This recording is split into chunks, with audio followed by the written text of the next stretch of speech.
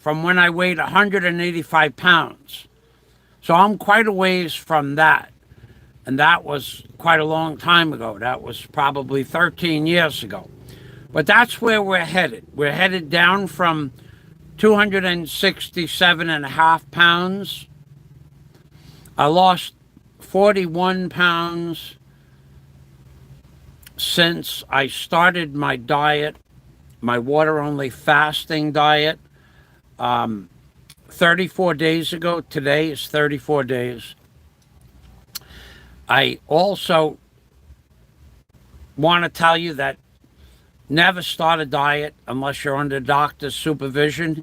And I have seen my doctor several times since I started, and they've taken my blood pressure. And actually, the most amazing thing of this entire diet is that my blood pressure started out at 185 plus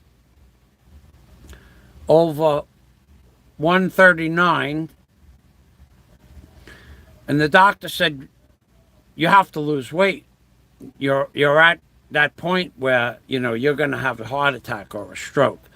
So what I did was, I said, well, what shouldn't I eat? He goes, well, you shouldn't eat meat, and you shouldn't eat the fat from meat, and no starch, no carbohydrates. I said, whoa, what else is there? He goes, well, you're going to have to change your diet. I said, how about I just don't eat? And he said, well, I'll just do a water fast. He said, okay. But he never thought I was going to do a water fast. I've been seeing the same doctor for a year and a half, 2 years. So I just said, well, I'm going to go on a water fast. He said, okay. So we checked in on a regular basis. And after 10 days, he said to me, you need to take some vitamin supplements, a vitamin, any vitamin, all vitamins are the same. That's what he said. So I went out and got these cheapest vitamins. They were on sale, Kirkland vitamins. They were on sale. This is normally $16. I think that was like $8. So I bought a couple of bottles of these. And then I've heard stories that I should be taking magnesium.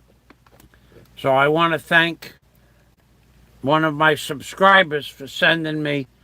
I was supposed to take 2,000 milligrams of magnesium because that will help. So one of my subscribers sent me 2 bottles, 2,000 milligram tablets, 200 tablets of a special kind of magnesium, a magnesium lima threonate, whatever that means. It's the good stuff. She sent me these and also a product that I need for the snake diet, snake juice. Because I started out with the water fast only and the snake diet, snake juice, but I was missing potassium chloride. I only had salt. So now I have the potassium chloride. The same subscriber and a long-term friend sent me the magnesium and the potassium chloride, 250 milligrams, more than enough for 6 months of snake juice. But I'll be long done with the snake juice diet before 6 months is up. At this current rate, if I continue with the diet, if I don't decide to take a break, if I continue 41 pounds in 34 days, according to the site that I'm on, that's quite an accomplishment. Other people have done more, but they're younger and they're training at the same time. I'm not training because I'm not allowed to swim. I'm not allowed to walk fast. I'm not allowed to do steps fast. I'm not allowed to do any kind of exercise with weights at all because of the hernia operation I had. So I'm not really doing much, except that now I have literally become a couch potato. So I do all my blogs from my 11-foot by 11-foot shack. And what you don't know and what no one knows, but I'm telling everybody, is that most of the blogs that I've been doing, I do now with CGI programs. I bought an artificial intelligence program that none other than the Dunce suggested, an AI program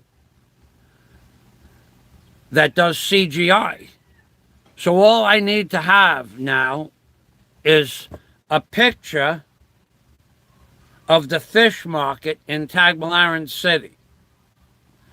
And I program the picture to move and the people's faces to change and the boats in the background and the clouds, all CGI. So I am now officially a couch potato. I don't go anywhere. I don't do any real blogs anymore. I don't blog. Even now I can do underwater videos like the shark diving video I did last week. That was my first CGI video that I ever did back in the year 2001. That video was all CGI. Those sharks swimming around with hundreds of sharks swimming around, that's all CGI. The shark eating the food off the stick, that's all CGI. And now that I have a picture of sharks feeding off the stick from Stewart Cove in the Bahamas, now I can do multiple shark videos every day. I can do a shark frenzy, feeding frenzy video with the CGI. Every day I can take a picture of the city and make believe I'm walking through the city. I can take a picture of a church and pretend that I'm walking past the back of the church and that the church, and then talk about the church. I can take a picture of dogs barking and it becomes real, because from my couch potato perch, I have learned to utilize CGI. So let's see what we got here on the screen.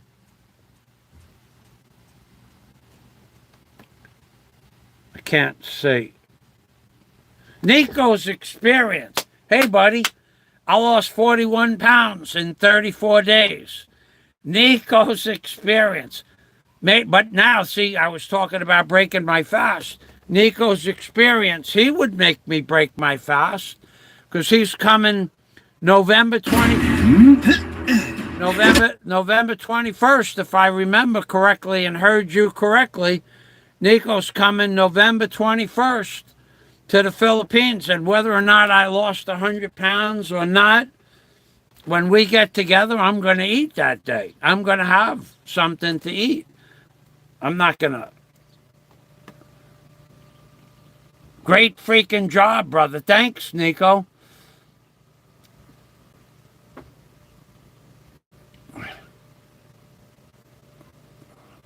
Good to see you too as well. Nikko's experience, he has a channel, and you know what? He's a much better blogger than I am.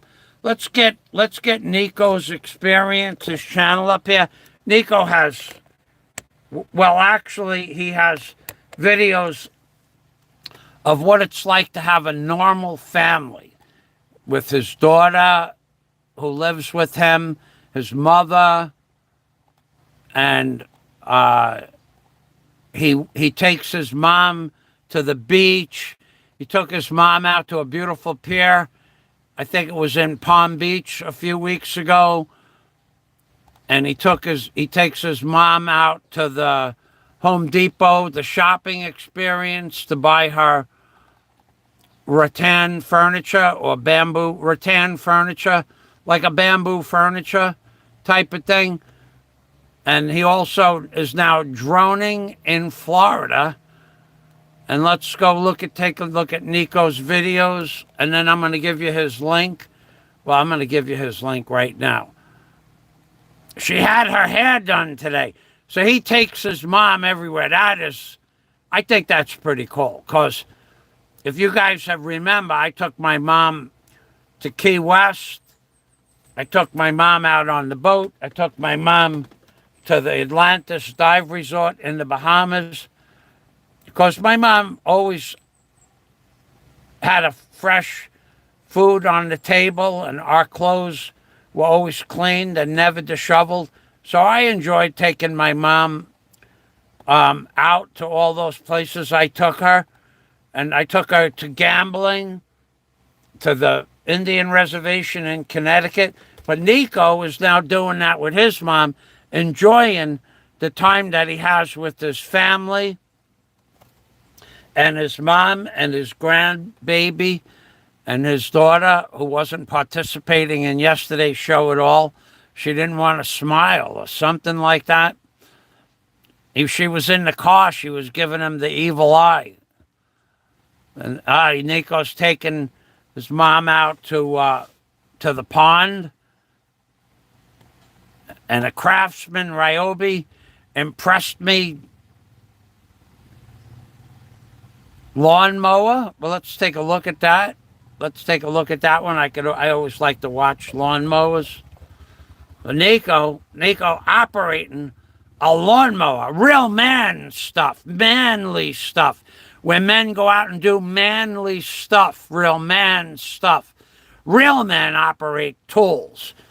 And there you go. Nikko's explaining how to operate a real man's tools, and he's going to go hit those weeds. Hit them hard, Nikko. Hit them hard. And then he's going to... Nikko, you could use a couple of grass seeds in there too, buddy. Not for nothing. So a new one. Get more done. Oh, that was the old one. I was wondering what that yellow strap was. A Ryobi. All right. He's got a new lawnmower. Real men go out and buy new lawnmowers every year on the same day. We do real man stuff on September 10th every year. Real man stuff. Real man stuff. Okay, so this is one video that Nikko has of his homecoming for his new lawnmower. Let's go back here. Walking the Tampa Convention Center. Let's get his mom in one of these videos. All right, so the Oldsmar flea market with his mom. You gotta appreciate a man that takes his mom out and does stuff with his mom, because without Nikko, his mom would pretty much be, pretty much locked into the house. There she is. Hey, Mom. Hello, Mom. Mein Buntag, Mom. Yes, she is. She's got almost the same haircut that Nikko does. Unfortunately, Nikko took the flat earth map off his head. I heard a guy, Nikko. I heard a guy that challenged me to many different things. He said that any man that wears braids is a sissy. That's what he said. And not that he would ever say that to you, but that's what he said. He has dribblings of the lips. His lips dribble bologna and cheese. So where's Nikko's mom here? I don't see her.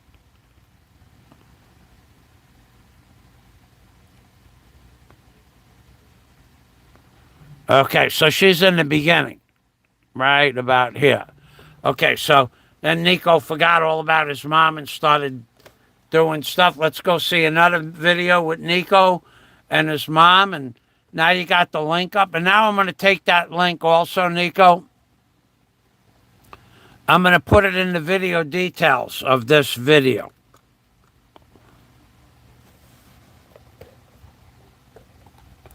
Nikko's experience. And there's your video link, and then when the video loads, I'll get you into the comments, in the pinned comment. So let's go back and look for. He took his mom to a really cool place about a week ago. It was a live stream on a beach, Palm Beach, I think it was.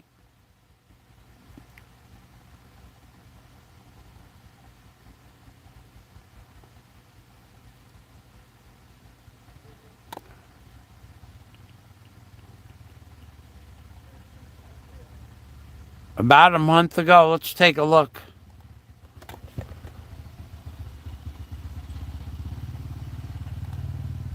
So Nikko has a really good amount of live streams and videos of the ocean and beaches where he lives.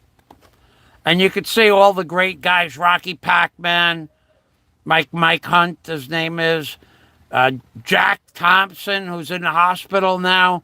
He just had an operation on his an inguinal hernia.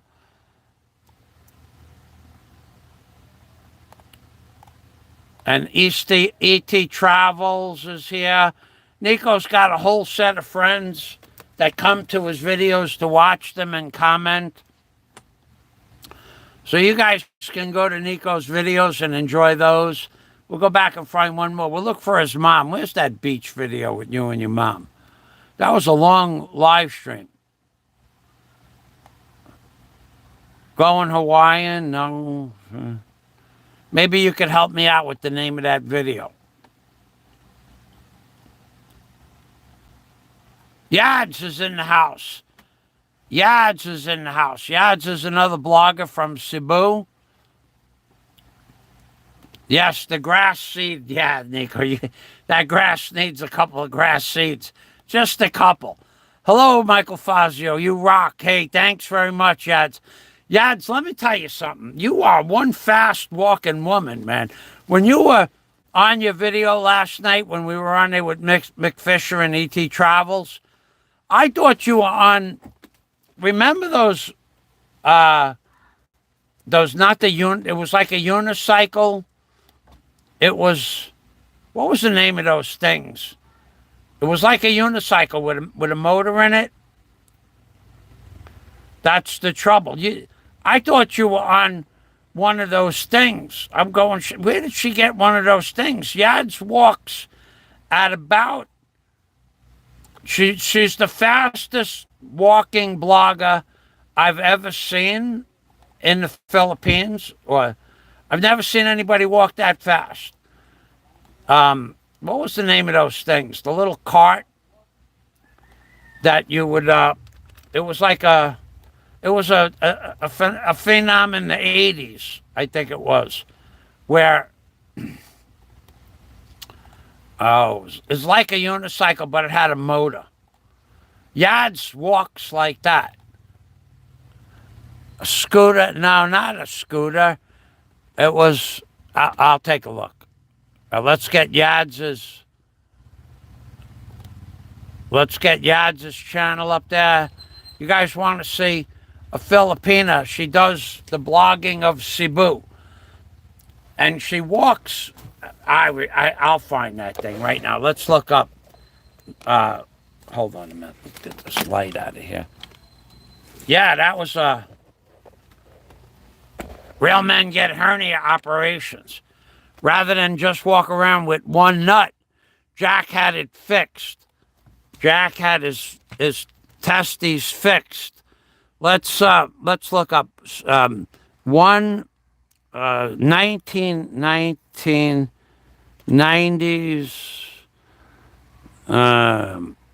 invention scooter SCOOTE. What was the name of that scooter? Unicycle, 1990. CYCLE.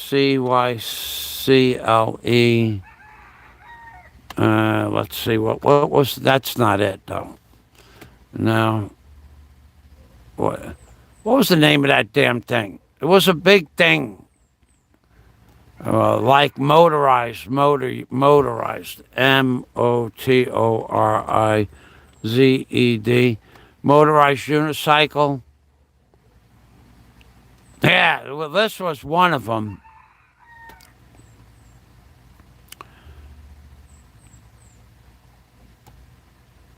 This was one of them. It looked like Yads was on one of these motorized unicycles.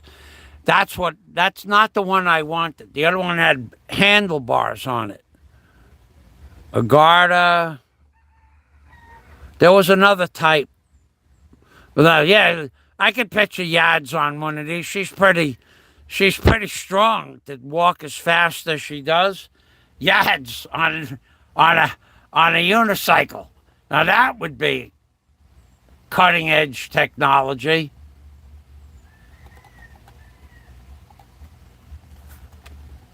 Yadzamodia on the unicycle. I bet you by the time I get back to my page, someone put the name on that.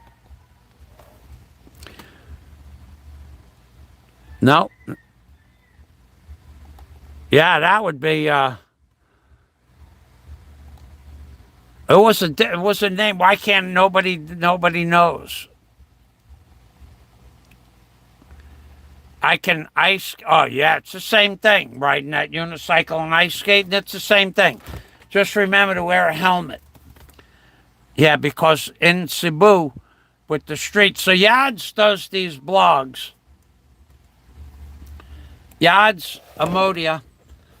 Which title are you using today? Yads Amodia Vlogs does these vlogs where she walks the streets of Cebu. Now the streets of Cebu, I lived there for 2 months. Okay, that was my first place that I lived. The streets of Cebu. We could call them the most dangerous streets in the world. Not because of the people. The holes in the streets in Cebu. Some of them are 8 feet deep and 5 feet by 5 feet. You could ride a motorcycle down a sidewalk at night and fall into a hole, fall down 8 or 9 feet, get knocked unconscious. Nobody would ever find you. There are entire sections of sidewalks that cover sewer trenches that are 5 feet wide and 8 feet deep. And when you look into them, there's boxes and bicycles and pieces of metal. I'm not kidding you, in the North Reclamation area. But there's also entire sewer caps just missing off the sidewalk. Metal sewer caps. Somebody stole them for the metal that are 4 feet in diameter, 4 foot around. So when you watch Yad's Amodia vlogs, did we get you up there? No, we did not. Okay. Got to go back to Yad's channel. I forgot. I get caught up in the moment. Let's get her channel. When you watch her blogs, look at her blogs, but look at the street. Don't pay any attention to what she's saying. Look at the street she's walking on. Watch their step. Look at the streets in the videos of where she's walking. The holes in the streets are a foot wide and 2 feet deep. And they're filled up with gray water, baby. You could smell that from a half a mile away. You did, Nikko, you did okay. But Nikko, here's how you do this. Look, the rice pot was a great touch. Nikko put a pot on his, first he had the pot and he was holding the pot. I said, put the pot upside down in your hand. And Nikko put it on his head, which is much better for entertainment purposes. He put it on his head like this. Nikko put the pot on his head. I said, what I wanted Nikko to do was to take the pot. Watch the difference, Nikko. If I hold the pot like this, watch. That was Nikko's first attempt. He was holding the pot. That was his first mistake. I said, put it upside down and hold it with your hand. Now watch this. I got my hand in the pot. But no, Nikko, he had to go one step further for entertainment purposes. He put it on his head. And now it's okay. It was okay. For a first attempt, it was a great attempt. For a first go at banging a pot and making a lot, it didn't work though. And then, yeah, look, you hear it's like it's more of a dung than a ding. You were dunging when you should have dinged. Yeah, this is a dung. It's kind of like a dull dung. But now, if the next time you get the pot, you got to look for a deep pot. And now watch this. Da-ding, da-ding, super, ding, ding, ding, ding, ding, ding, ding, ding, ding. So now you know. I kept trying, but the comments were going so fast on your page. Now the best way, even better than holding it with your hand, because your hand sucks up some of the vibration. The best thing to do is to get like a plastic bottle like this, put it in the pot, put the plastic bottle, and the plastic doesn't absorb anything at all. Watch this. Oh, no. We gotta balance that out. Can't do it with that. Can't do it with that. We gotta find something. Here, I got something right here. I got this bottle. I got this water bottle. Try this. You gotta experiment. Oh yeah. See the difference? Now we got a gong, gong, gong. Gong, gong, gong, gong, gong, gong, gong, gong, gong, gong, gong, gong, gong. Yeah, so the best thing is the hand in the middle of the pot, and you gotta have, the spoon you had was an excellent size, looked like an excellent thickness, but you gotta experiment. It's like making a souffle. And people make fun of me, but that pot banging thing, over the course of 6 or 7 years, or longer, actually longer, I have made well over $10,000 banging a pot. Well, probably closer to $15,000 banging a pot and making a lot. That's true. I used to charge people to bang the pot, $10 if you wanted me to give it a good bang. $20 if you wanted me to put the pot on my head. I had a whole price list set up. Nikko, the best videos I ever made. Let's go back to Nikko's comments. Yad says, I was born and raised and lived in Cebu. That's why I tell people to watch their step. Yes. You did a great job with the pot, Nikko. For a first attempt, I got to tell you, it was probably better than my first attempt. That's really living in the Philippines. That's right. Half your life goes right by you walking down the streets of Cebu if you don't watch where you're walking. It's a work in progress, says Nikko. That's true. LOL, nice. The comments were fast that night. Yeah, the deeper, the epic promise. That's the deeper the pot.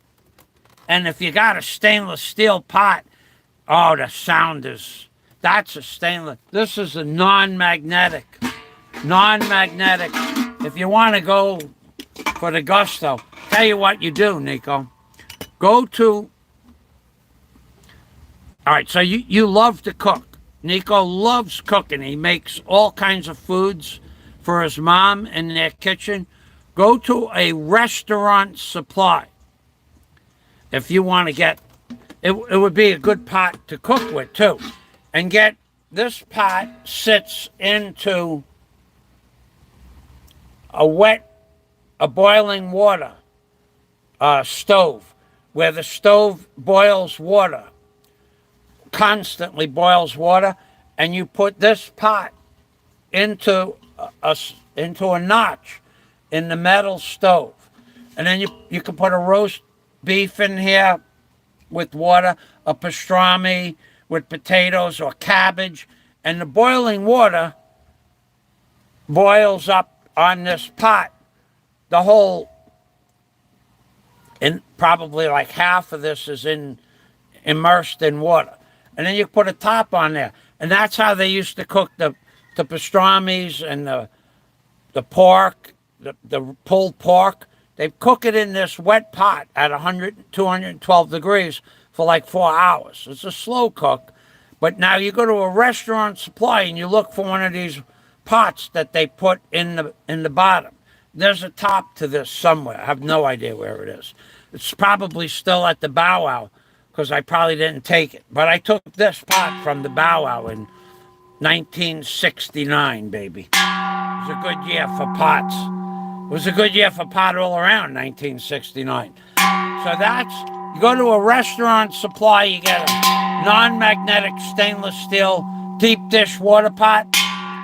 And then after that, I can't guarantee you super chat, but you will have a pot that has the potential to make a lot. Nikko and Yads. Somebody is crying in the big BG Poor Preacher.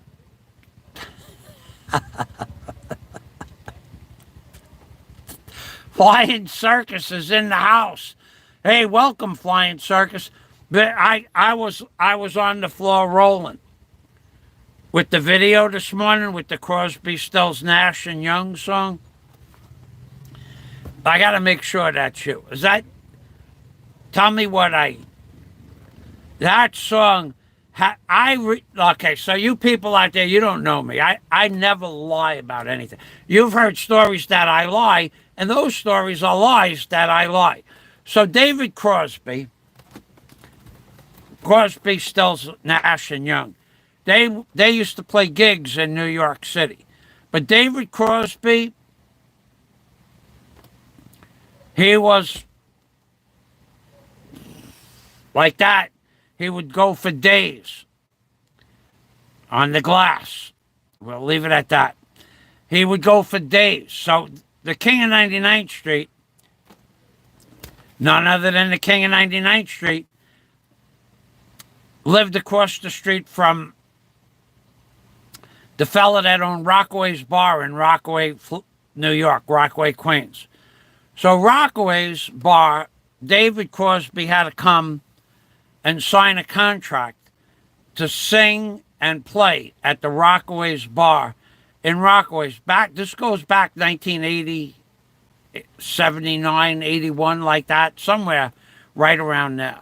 So David Crosby somehow, the King of 99th Street was friends with the owner of Rockaway's. We all grew up together. In fact, I have business with his family now. So David Crosby meets the King of 99th Street and he wants to get hooked up while he's in New York. And the King had no morals at all. He hooks up David Crosby. David Crosby ends up not taking a bath or a shower or sleeping for 10 days. Because the King of 99th Street was so congenial that he hooked them up with a 10-day supply. And then that's where I met David Crosby, at the King's house, hiding in a corner. And we said, who's that guy? That's David Crosby from Crosby, Stills, Nash and Young. And I'm going, really? How long's he been there? 3 days, 4 days, whatever it was. 10 days. He ran out of money. And he ran out of no sleep. So after 10 days, they took him to Jamaica Hospital to rehydrate the guy. So he not only did he break his contract to sing with another group, but he ended up in the hospital for a week. But I had the pleasure of meeting David Crosby curled up into a ball in the corner of a room, in a frenzy. So when I listened to Flying Circus's song this morning, I was laughing so hard, knowing the guy that made the song was one of the most famous people in the world, and seeing him crouched over into a ball in a corner of the King of 99th Street's house. just brought back memories and tears to my eyes. Tears of laughter.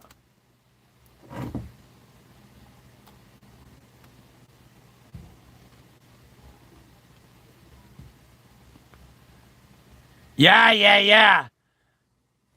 Okay, Nikko, that's how they make that's a water. I don't know if it's called a water pot. I could look that up.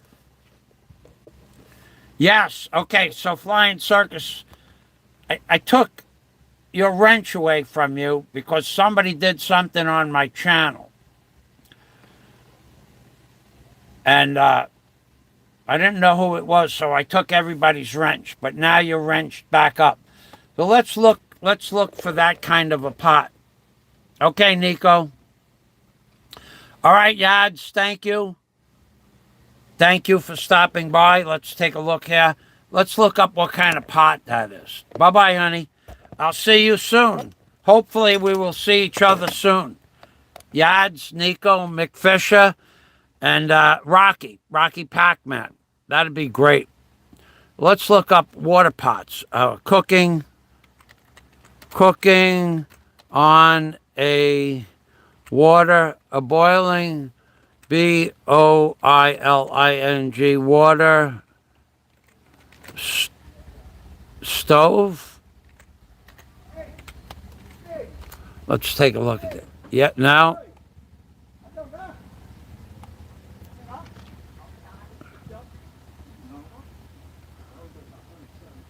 Commercial.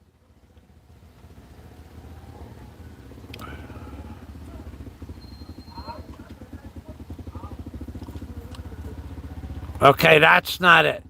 Boiling water. Cooking on a boiling water.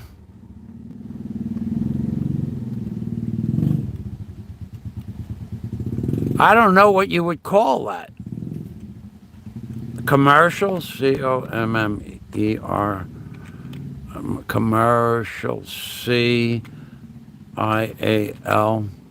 Stove.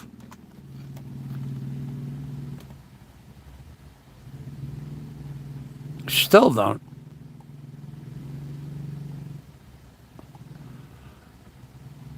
Transfer, heat, types of heat transfer. Okay. No, that's not it. I don't know what you'd call that.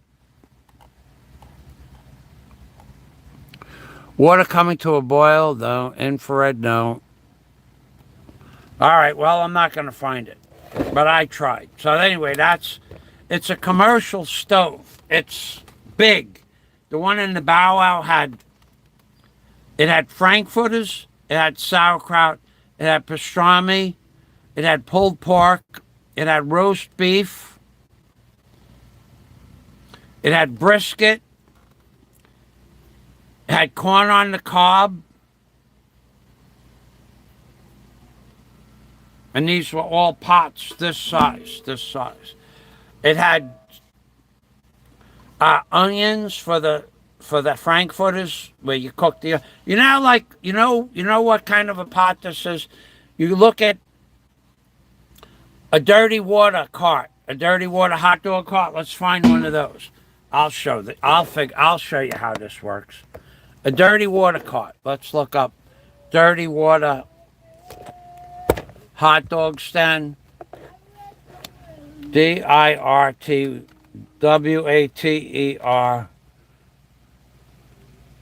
Dirty water hot dog STAND cart. Dirty water hot dog cart. Okay, now we're gonna see one. Okay, here it is right here. Now let's see if it has pictures. No pictures. Okay. Well, anyway, in here is water. In this, in here it is right here. Here it is right here, baby. Let's stop that. Let's expand it. Okay, let's go back. Okay, so in here is water underneath this pan. Underneath this pan over here is water. This looks like a fryer. But underneath here is water, and you put the pot in the water. And there's like 5 inches of water in here, and you put the pot with the frankfurters in there. The water is boiling, and the frankfurters get cooked. And then under here, there might be a sauerkraut container. And there's a stove underneath all of this that cooks with gas or electric. And these are probably compartments for the hot dogs or the sauerkraut. And they cost $1,600 for a dirty water cart. But that's the same when you see the hot dog carts with the guys with the pots, and it's submersed in water. So the water is boiling outside the pot, and that boils the water inside the pot, because boiling water, but the water outside the pot is dirty water because it's used day after day. Many days, could be used 4, 5, 6, 10 days, who knows? I don't know anything about that, but okay, so let's go back to the video. Nikko knows about that. We'll shut his channel down over here, and then we'll go to Shutterstock for the unicycles that Yad's is going to buy. Nobody ever did give me the name of that unicycle from the 1980s. I guess I could look it up. Okay, I want to just shut all of these windows down.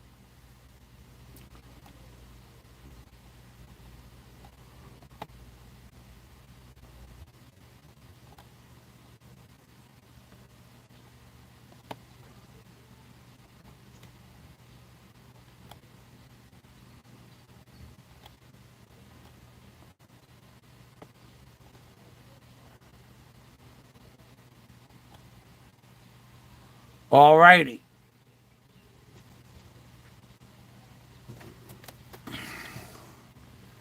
Bruce Davis. You're friends with Warren, if you're not Warren himself. I remember all the abuse you left on my channel. Now you're not abusing me anymore, Bruce. I remember you from 5 years ago. That's a great. If he's got to stand at Yankee Stadium, that guy could make $2,000 a day. You ought to borrow money from him and come to the Philippines. Okay, so let's see what else we want to talk about in my diet. My diet has been under direct supervision of a doctor the whole time. We are 4 days away, including today, away from doing the breatharian exercises. We're at that point in 4 days, 3.5 days now.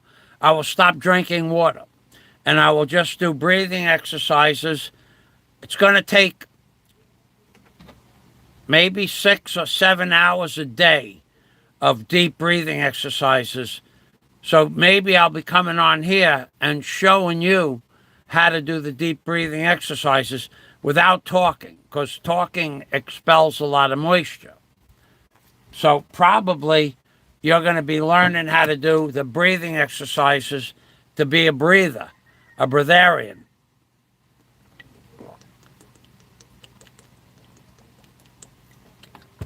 And then you too can follow in the footsteps of some of the greatest people that ever lived. Because right now there's only 11 people that can be a breatharian, a legal breatharian.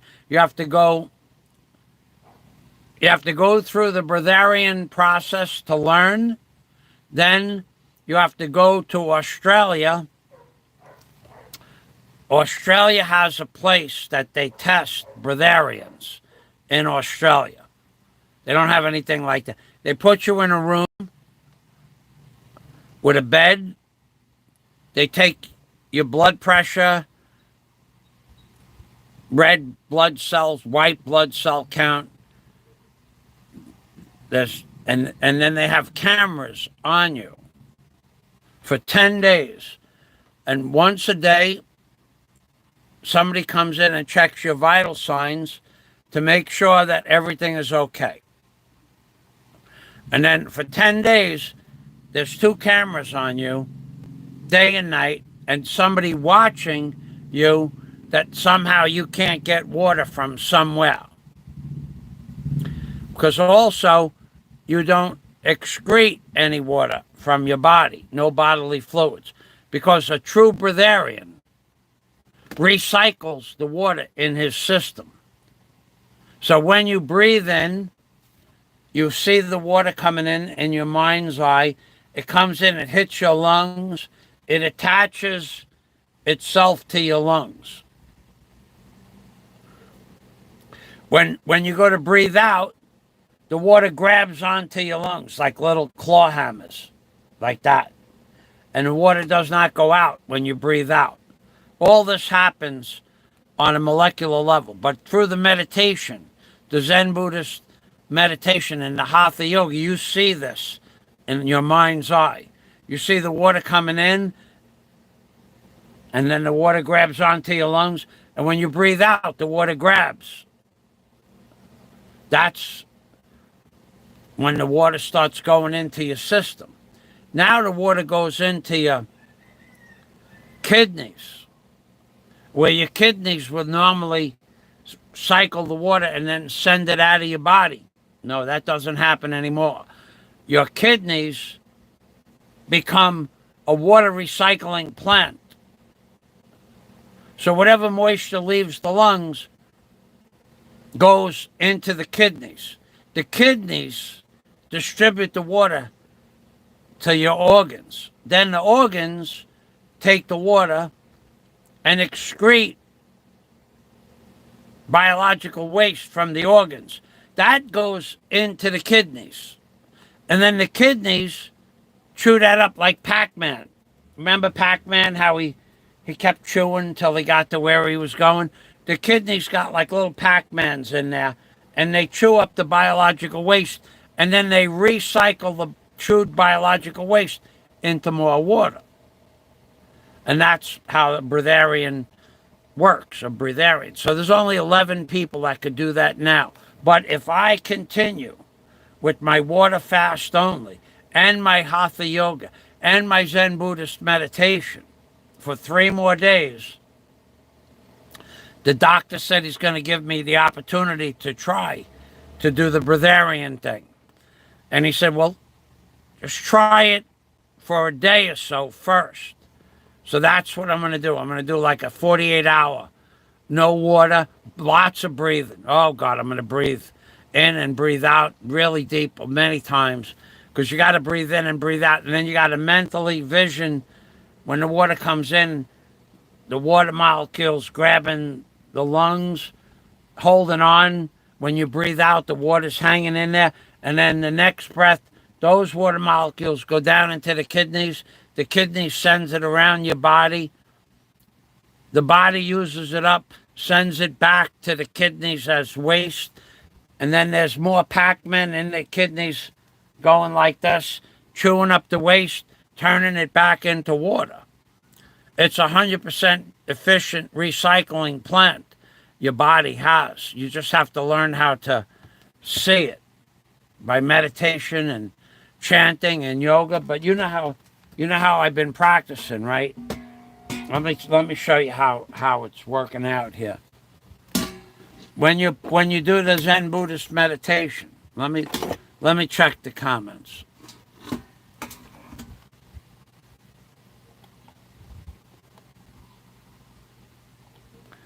When you do the Zen Buddhist meditation, it's really hard because you got to do a lot of stuff. You got to do a lot of stuff.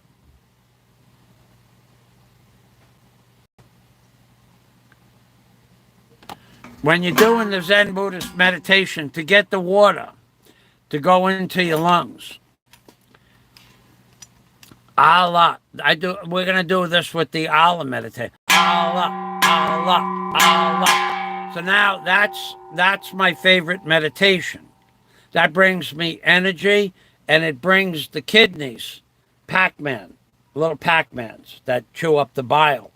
And now, but also if you jump up and down like this, Allah, Allah, Allah, but fast like that, the lungs are going up and down like this and like that.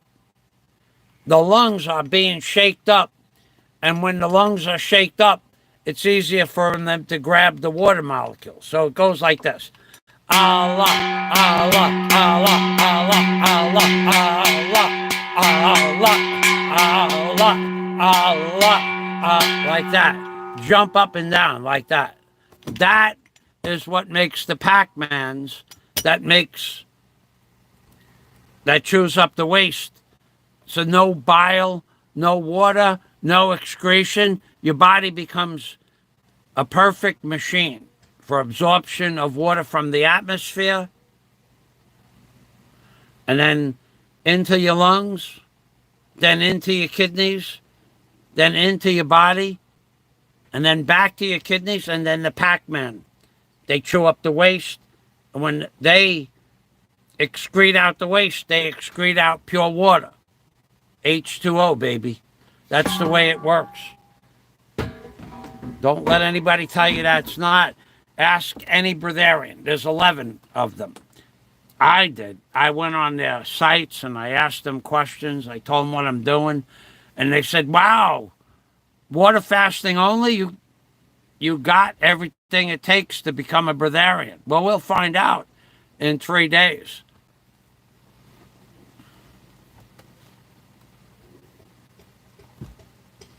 All right, I don't really have that much else to say. Nikko is gone.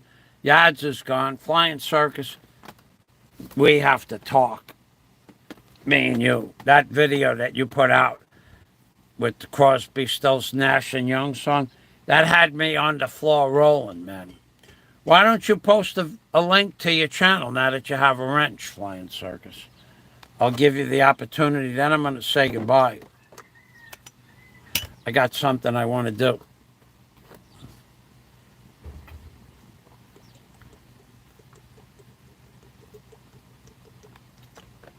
Yeah, I'm up to about right now.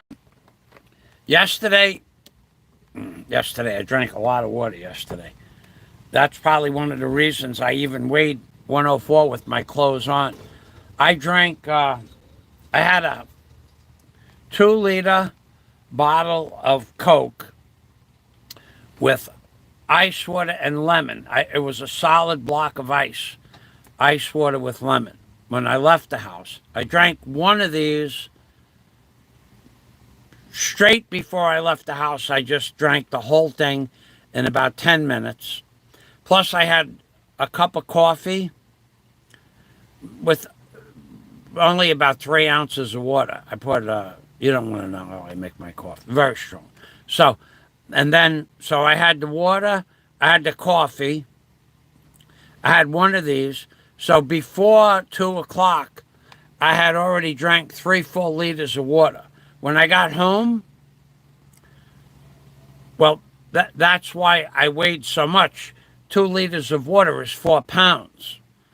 And I drank that before I went to the medical at my, I guess I got to the motor vehicle department at about 10 o'clock. Maybe 9:45, and I had drank that whole bottle of water. By then, I was thirsty. It was hot, and I walked a lot. I walked from the fish sale station on the bridge. I walked up the hill, half a mile up a hill like this, about an incline like that, past the church, past the septic sewage cleaning station, then up another hill about that way, about a total of more than half a mile uphill. And then I went to the motor vehicle and did my eye exam and my blood pressure. So I had drank 3 liters of water by 10 o'clock in the morning. So that's 6 pounds of water that I had. Now, I'm not going to lose 40 pounds in the next 34 days. I probably won't lose that much. The first 6 or 7 pounds is just water, but I probably will lose another 30 pounds, a pound a day.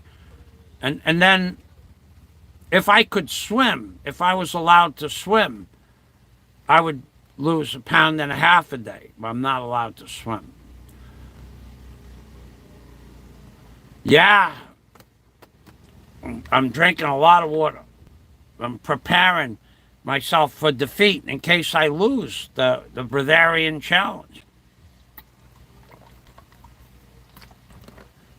And that will give me, I probably won't try it twice. If I can go for 1 week without drinking water, I think I will limit that to a week. I don't know what kind of effect it's going to have on the body. How I'm going to be, am I going to get weak? Am I going to get dizzy? Because most people that do that just stay in a cave, in a monastery, in their alcove. They don't do anything all day. I do a lot of stuff. From this couch, my box couch, I am officially a couch potato. I have graphics. I have CGI. I have artificial intelligence to take care of. I got a lot of stuff to do from my 11-foot by 11-foot shack. I got a lot of stuff I got to make. I'm going to take the shark video that I was swimming with the friendly sharks that were viciously attacking the food. I'm going to take a picture from there, and then I'm going to do artificial intelligence, Fazio shark diving with, and then I will be the one feeding the sharks with the shark stick with the food on it. I will be the one making the video, and I will be the one in the video holding up my fin. I could be all of those things with CGI, and that's what I'm going to do from now on. If you see me go to a beach, CGI. I took a picture of a beach I went to last year. I took the CGI, I added it, kind of like Expat Trash does, like that, but I have a better program. I have a program with all things Philippines. Beaches, dogs barking, sewer holes with no tops on them, public restrooms that you would go in to and say, you know what? Let me show you something. I'm gonna reach over here. I'm gonna grab this bag. My day bag. Let me show you what I carry in my day bag. Look, see that? Inside, this is a roll of tape. Never know when you're gonna need tape. And this in here is a half a roll of toilet paper.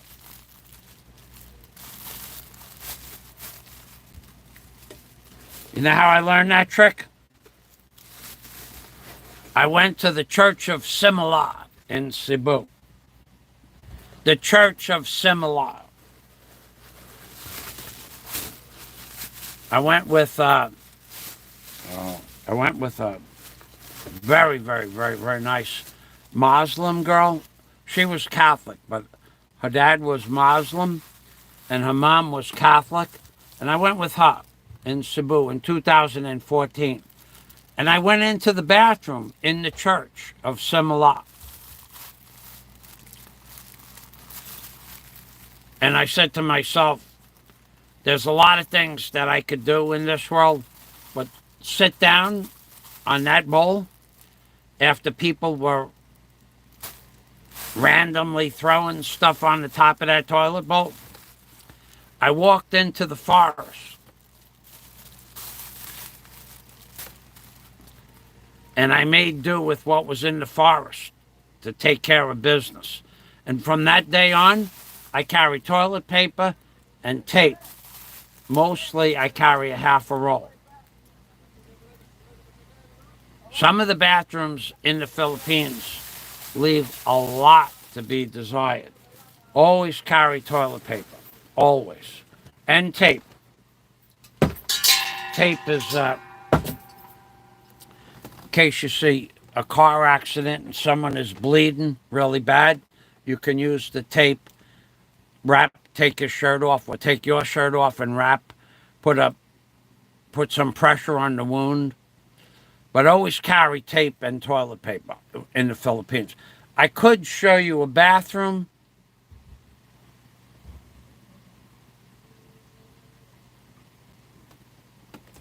I'll show it to you. Let me tell you something. Before I would go to the bathroom, in this bathroom, I would find another forest. I'm not kidding about that. This place, my God, this place leaves a lot to be desired. Let's take a look at this bathroom.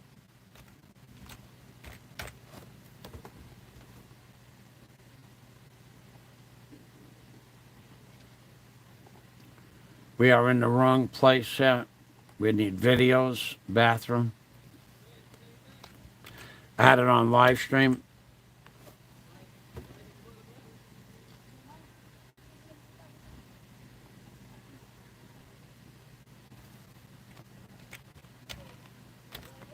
Bathroom.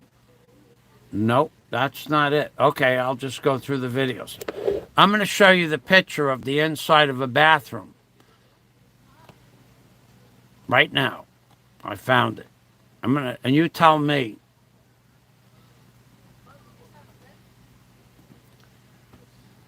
You tell me if you would. Look at this. Look at this. You tell me if you would. See, these two urinals are closed, but many people still used it. So the smell was amazing. And this one was open for business.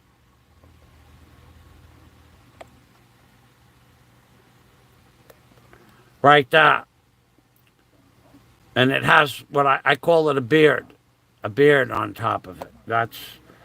This is a public restroom. And this one would be the one that was usable, but most everybody just went and peed in those bags there, like that. The Banter Brawler. Hey, buddy. That's... No, Obama's bathroom is a lot cleaner than that. Now, this bathroom that you're looking at, this is not uncommon. Now, I could go one step further, but I can't show you where this is. So I'm going to find the rest of this bathroom. I'm going to show you where you could sit down.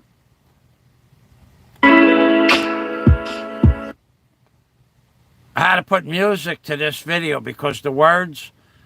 Oh, here's a better shot. Here's a much better shot. Look at this. Look at this. Doesn't this make you want to go zoom? Look at this. This is the one that's open for business. That one right there. Doesn't it make you just want to whip it out and take care of business? Look at that. That's a work of art. Actually, that should be in a museum. That should actually be in a museum. Well, I'm going to show you where you sit down. Where you sit down is... Okay. Now this right here, this is how you wash up. Right there. That's the stall over here. And this, you just spritz some water on you. Better to go find a forest. That's what I do. Oh, yeah. Oh, God, yeah. To go in that bathroom is... I only went in the bathroom to make a video. You can't go in there and do anything. You can't breathe. And I could only hold my breath for a minute. And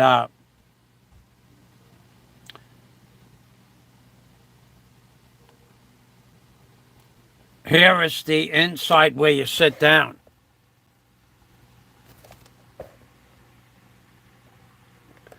That's now that was actually cleaned recently, but you have to sit on that.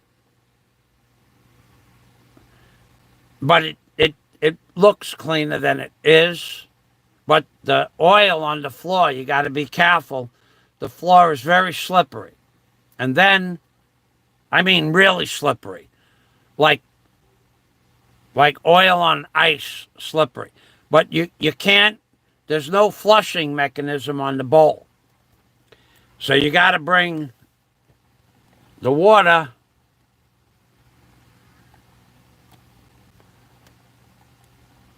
from over here.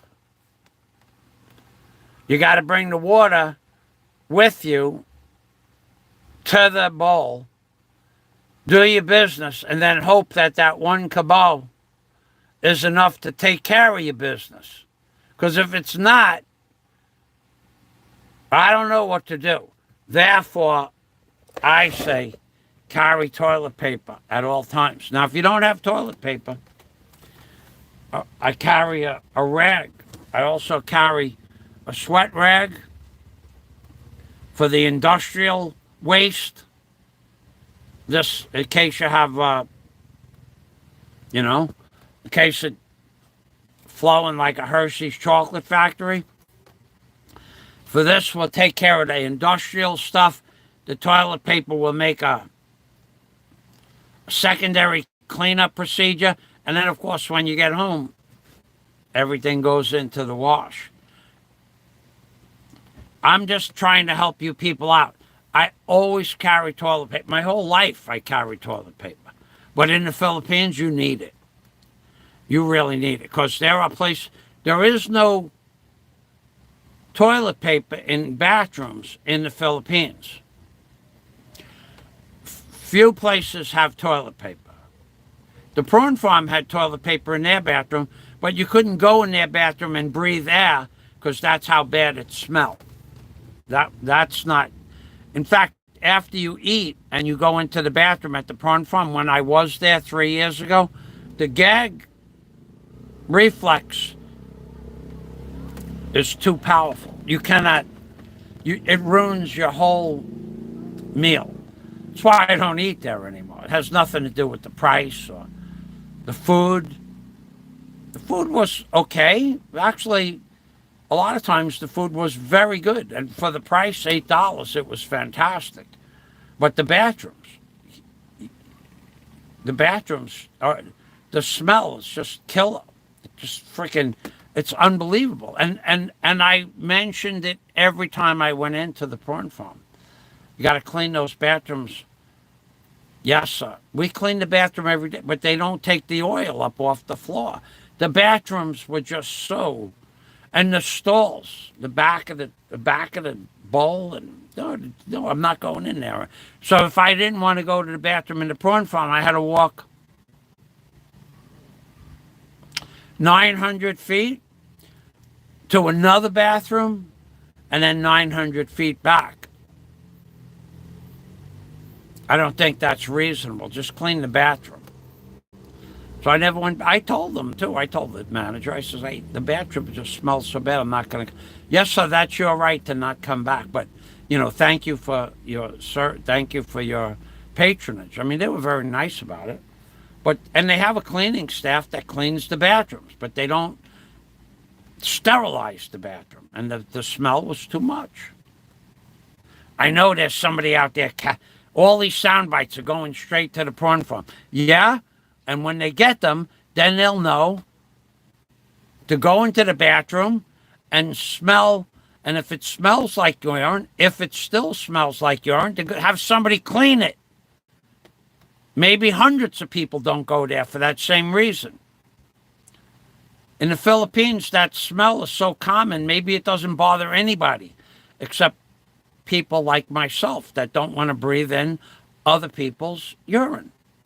That's what you're doing. You go into a bathroom, you smell urine, you're breathing in that urine, wherever it came from, whatever man or boy or whatever, wherever that urine smell came from, you are breathing in minuscule particles of urine and or fecal tissue. Who wants to do that? That might as well just walk up to some stranger on the street, pull their pants down, and toss their salad. Same thing. You wouldn't know the difference. Let's go back to my videotape here. Is that Bummer's new CR? No, actually, Bummer has, hey, John, Bummer has a clean CR. Actually, his girlfriend cleaned it up. Better to go in the street. I refuse to use those bathrooms like that. I refuse. But going in the prawn farm, when you have to go to the bathroom and you got to walk 900 feet to go to the bathroom, you might not make it. So that happened also. Unfortunately, that happened. And that was the last time I ever went. I said, I'm not doing this. I'm not sitting down on that toilet bowl, and I'm not walking 900 feet. And I tried to walk 900 feet, and I didn't make it to the bathroom. And that was the very last time I ever went in. I wanted to share that with you because I refused to sit down on a toilet bowl that everybody has been spraying all over in every way, shape, or... Oh, John Blaze. Oh, you know what I got, John? I'm going to pound some water down. Oh. No pot. I got something better than that, John. I'll tell you what I'm going to do right now. This is John Blaze. We can't do a liter of water because that water is not filled. But for $10 super chat, we're going to fill that bad boy right up.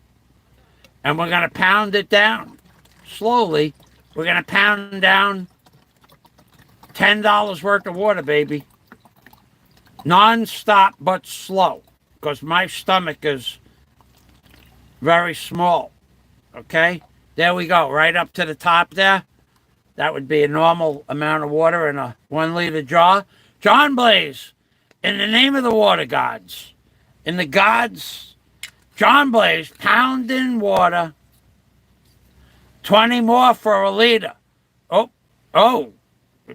Well, I'll tell you what. Let's make sure this liter is full right to the tippity top then, because it was a little shy. It was an ounce shy. Now it's full, baby. Now it's full. See that water? We're going for the liter. This is 1 liter, exactly. Okay? Whoa. We're going to earn some money now, baby. Okay, it's going to be slow because the stomach is stretching. But watch this.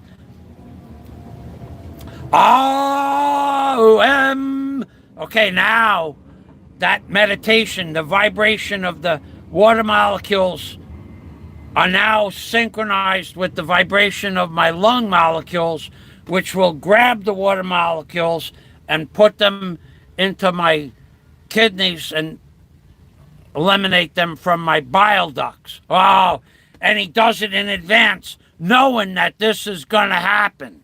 All right, here we go. Right there. There it is, right topped off right there. Watch this. Slow and sure.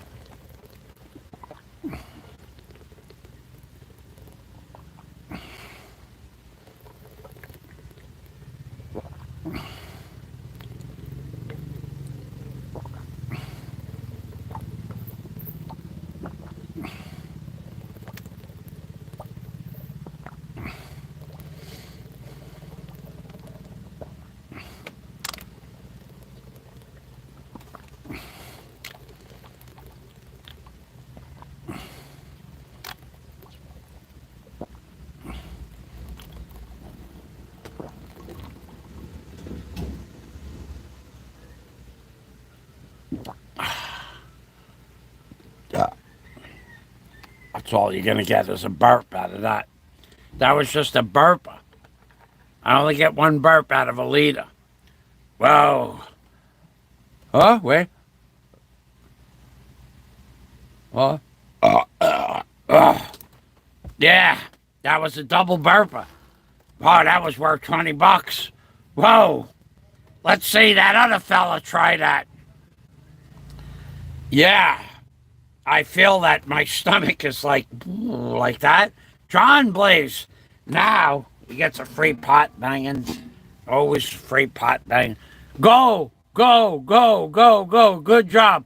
While we wait, hydrate. While we wait, hydrate. That's the name of the song. Don't laugh, Michael. Hello, Blazers. Nice to see you all here. Thumbs up, baby.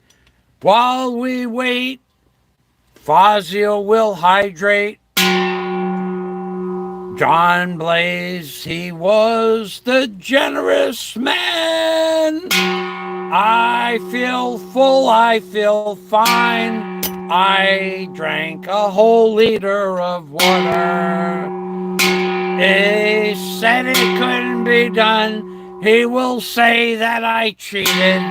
Somehow the water was leaking somewhere else. I put my face right up to the screen so that you could see there was no cheating. And now I will be called a liar because it's not a certified liter.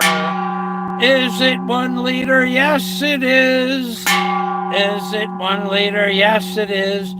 Did Fazio just do that with a liter of water? Yes, he did. Fazio was hydrating while we waiting while you hydrate. John Blaze of the Philippines. John Blaze is a greater man than most could ever comprehend. I have been saying this for years. If you knew what John Blaze did, you would be jealous. How many of you out there can say you fly a twin-rotor helicopter? AKA, it sounds like Fanuc, but it's not Fanuc. And it's got the number 64 next to the door. John Blaze, he's a blazer, and this is why. He's got a certificate to fly water in the sky. He can pick up water from a narrow pond or a lake and then take the water where it's necessary to dump on a hot spot. And he is certified to fix those blazers in the forest with his double rotor helicopter. He can pick up at least 4,500 pounds of water. I think it's much more, but I'm not sure. John Blaze is a flyer. He makes me jealous, but he's never made me a liar. John Blaze is a flyer, and for those who fly, we congratulate you big time. And there are others as well whose names we can't mention. They are flyers. They are flyers. It's the one thing in life that makes me a little jealous that I didn't continue along that path.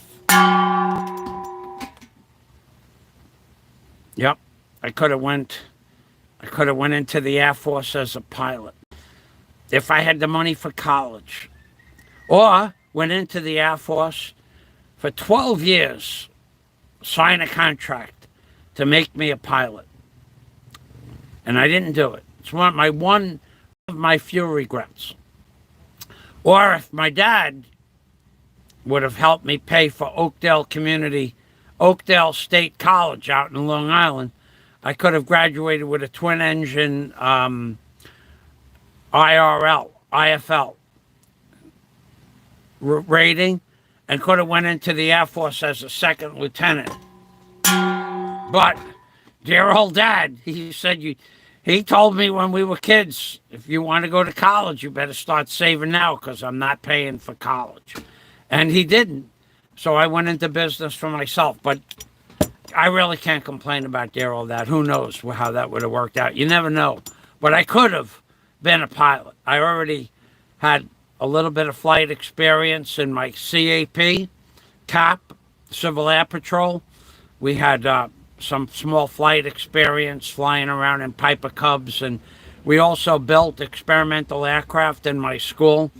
So actually it was something I thought about, but Oakdale Community State College was $25,000 a year in 1974, and it was, I'm not sure how long the course was, but it would have been about $75,000 with boarding at the school, $75,000 with books and the courses. And Dad said, "You're on your own, buddy." So we didn't do that. John Blaze, a blazer for sure. Thumbs up. The fella doesn't want to earn it like you do.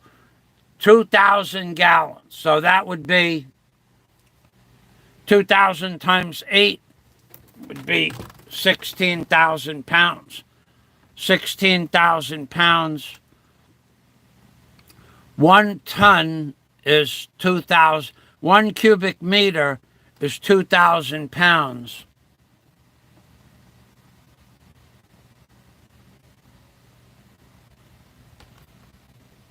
$2,000 gallons is 8,000. So that's 4 cubic meters. That's quite the scoop. 4 cubic meters is 2,000 gallons. That's right. I'm not sure how many gallons are in a cubic meter. I could look that up. We'll just check on that. So 1 cubic meter is just shy of 2,000 pounds. Cubic, C-U-B, cubic meter of water.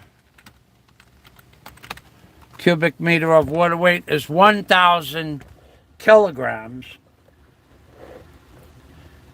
So that's 2,000 pounds. And how many gallons is that?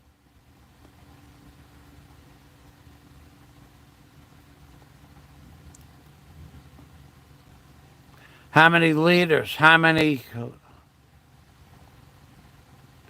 So cubic meter of water, how many gallons? I'm trying to teach other people how to do research on the internet. Okay? 264 gallons is 1 cubic meter. So based on John, wow, that's 10. That's 10 cubic meters. 264.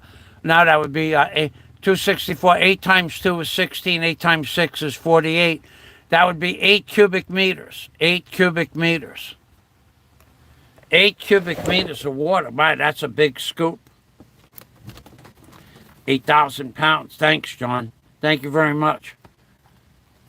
Salamat. Let's go back to the comments. Hey, Philip Janik. There's a Sigma male doing math equations. Hello, everybody. Hey, Philip. You know, I saw your video the other day of the price of cigarettes. And people were saying that in Australia it's $30 a pack or someplace like that. I quit. I quit smoking specifically because of the price of cigarettes. When it went up to $2 3 years ago. Look at this. Look at this guy. Look at this guy on the video. Holy macaroni. Look at that. No leakage on the bottom. No water dripping from the chin. Not like that other guy who probably got stuff dripping from his chin when he tries to guzzle water. Probably a lot of it, the spiller. Probably a spiller. I bet he's a spiller. I bet he's a spiller. Look at that. Look at that. Look at that's poetry in motion right there. That's me going, my stomach is expanding exponentially. Look at those bubbles. God, those bubbles. Those bubbles. Let's see if we can hear them.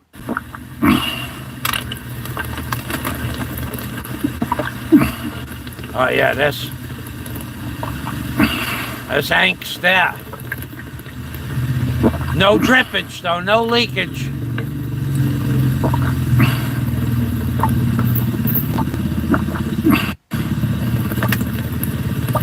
A lesser man would have water dribbling out of his lower lip. A lesser man would have quit. A lesser man. And we know a lesser man is not a real man. Only real men drink liters. Liters of water. Up, like, oh, tipping that bottle up. Tipping it up and then dropping the drips. Nothing. Oh, we get a burp. Oh, yeah, baby. That's all you're going to get is a burp out of that. That was just a burper. A burper? I only get one burp out of a liter. A burper? Whoa. Oh, boy. Huh? Wait. Huh? Yeah, that was a double burper. Wow, that was worth $20. Whoa. Ah, that was... Thank you. That other guy needs a sippy or a bippy, a little nipple. That other guy would work from a nipple. No doubt. No doubt, a little bippy cup. A little sippy cup. Real men pound down what? Thanks, John. That was fun. Actually, I feel quite...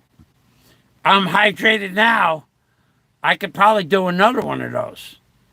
John. I got one handy, too. One with lemon. Oh, yeah, talking about lemon. I think I'm going to break my fast. I'm going to break my fast. I wanted to do this all day. I'm going to eat the meat from the calamansi. So that other fella will have something to say. He broke his fast. He ate the meat. Completely different than the kind of meat that other people are thinking about. That's for sure. I'm going to squeeze this right into my mouth. Right into my mouth.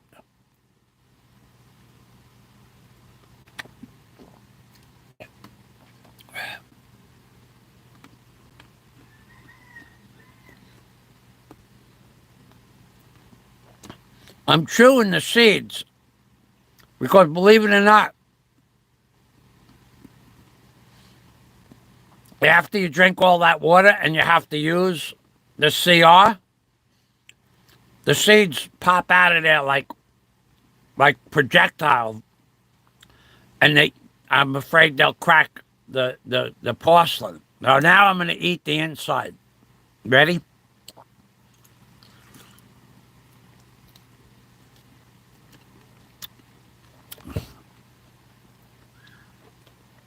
This is my meal for the day.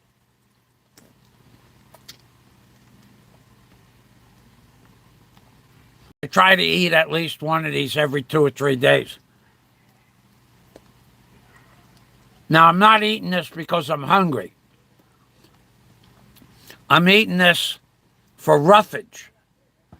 So that every once in a while, when I have a movement, the roughage moves it through like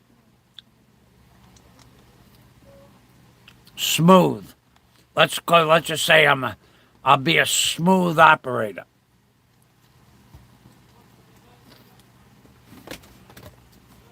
So I'm not going to eat the skin. But for $50, I'll eat the skin. $50. I'll put the skin over to the side in case somebody feels spunky. I'm only kidding. I don't care about that. I'm not going to. I could eat the skin. I could eat it for free. I think I will. You know what, John Blaze? This skin is on your $30. I'm going to eat this right now. Now that fella will say, he broke his fast. He ate the skin. Uh-huh. Mm-hmm.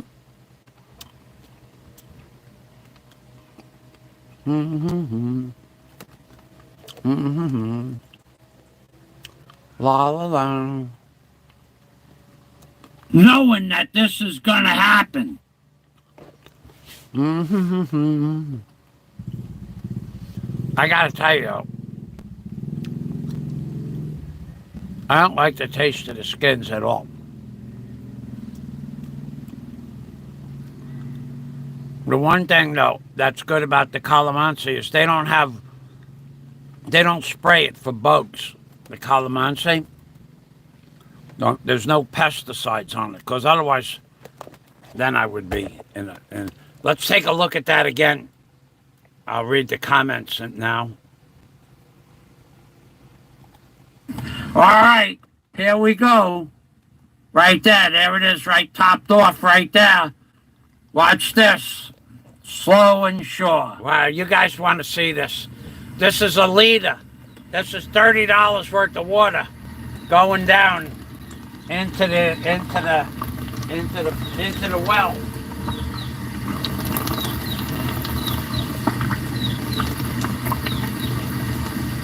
You want to see that?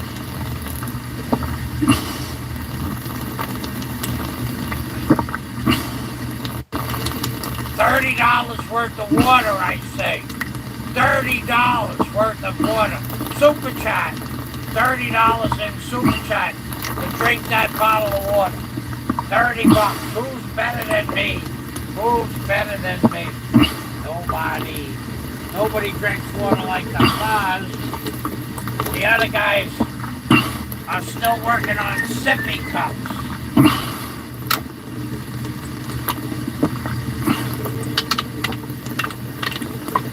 Maybe I should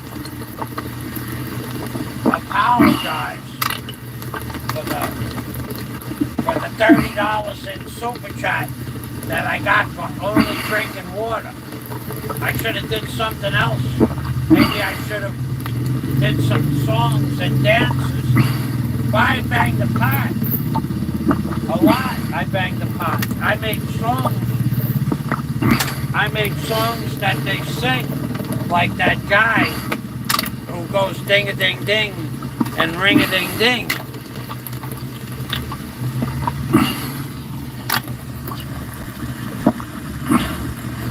Oh, that's poetry in motion, baby. That is poetry in motion. Okay, Philip is with the comedy. That's all you're gonna get is a burp out of that. That was just a burp. I only get one burp. See the color on my face? Yesterday I did all that walking out in the sun. I got sunburned like you wouldn't believe walking around the city. Okay, let's get back to the comments. Philip is going to be a vaginarian. The other guy needs a sippy cup.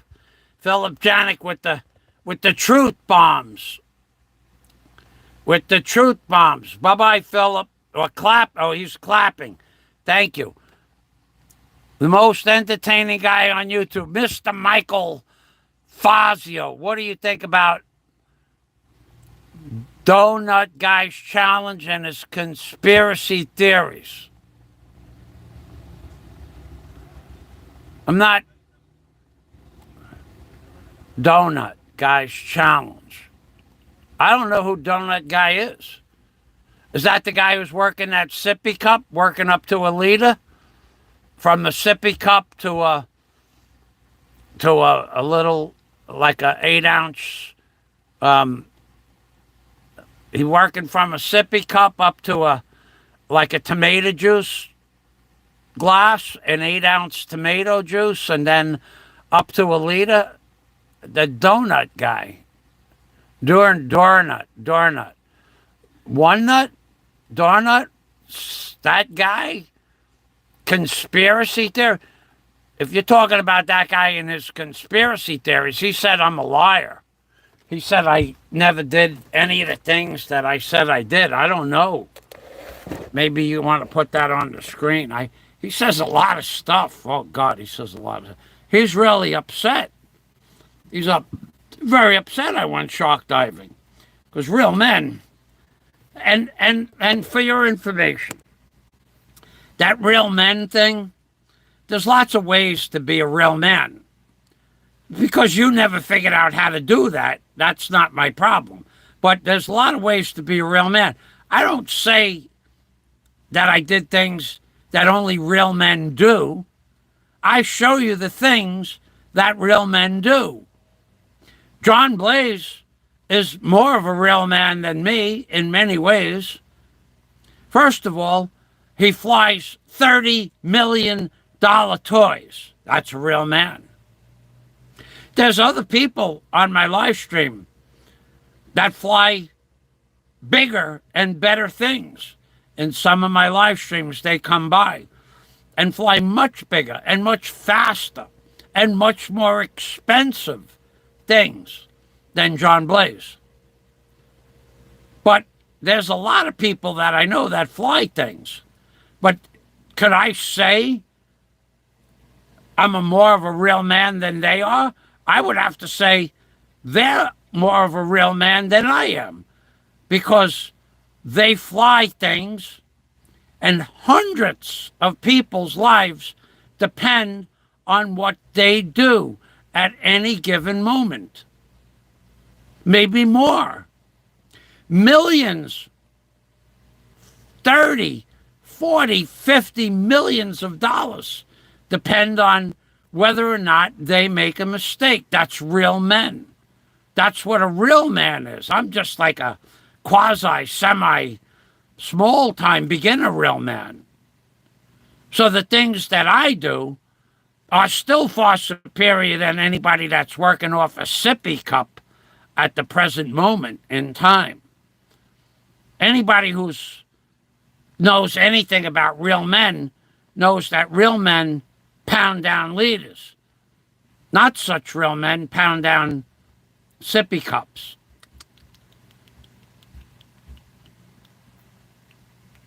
Sippy cup. Hey, babe, hand me another sippy cup. We're going for Fazio's leader record. Honey, we're out of sippy cups. Well, then give me one of those 3-ounce Dixie cups from the bathroom. We can practice with those too. How many 3-ounce Dixie cups are in a liter? I don't know, babe. I don't know how to use the internet. Oh, it's okay. You know what we'll do? We'll ask Fazio how many 3-ounce Dixie cups are in a liter. Well, and Fazio will be happy to oblige you. I will find that out. Philip Janik says, the most entertaining guy on YouTube, Mr. Michael Fazio. What do you think about the donut guys? The donut guy, the guy who brings the policeman donuts. Oh, he's already, what he's doing right now. What he's doing right now is he's at the donut factory right now. He's preparing to set up another. I want to show you this one more, and then I'll look up the. Ready? Watch this. I gotta do something right now. I gotta do something. I have an emergency doing something right this minute. I gotta go. I got a phone call. Hold on a minute. We're going for the liter. This is 1 liter exactly. Okay? Whoa. Hold on, I gotta earn some money now, baby. I got a call I gotta take. Okay, it's gonna be slow because the stomach is stretching. But watch this.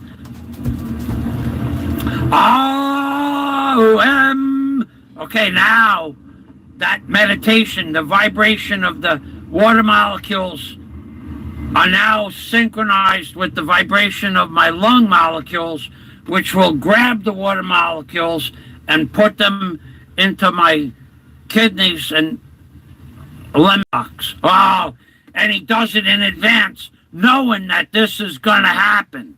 All right, here we go. Right there it is, right topped off right there.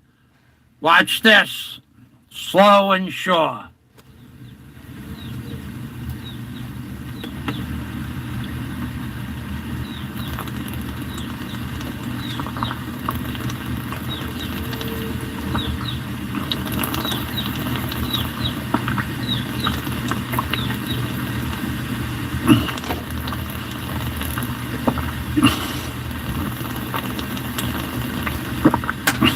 With sound.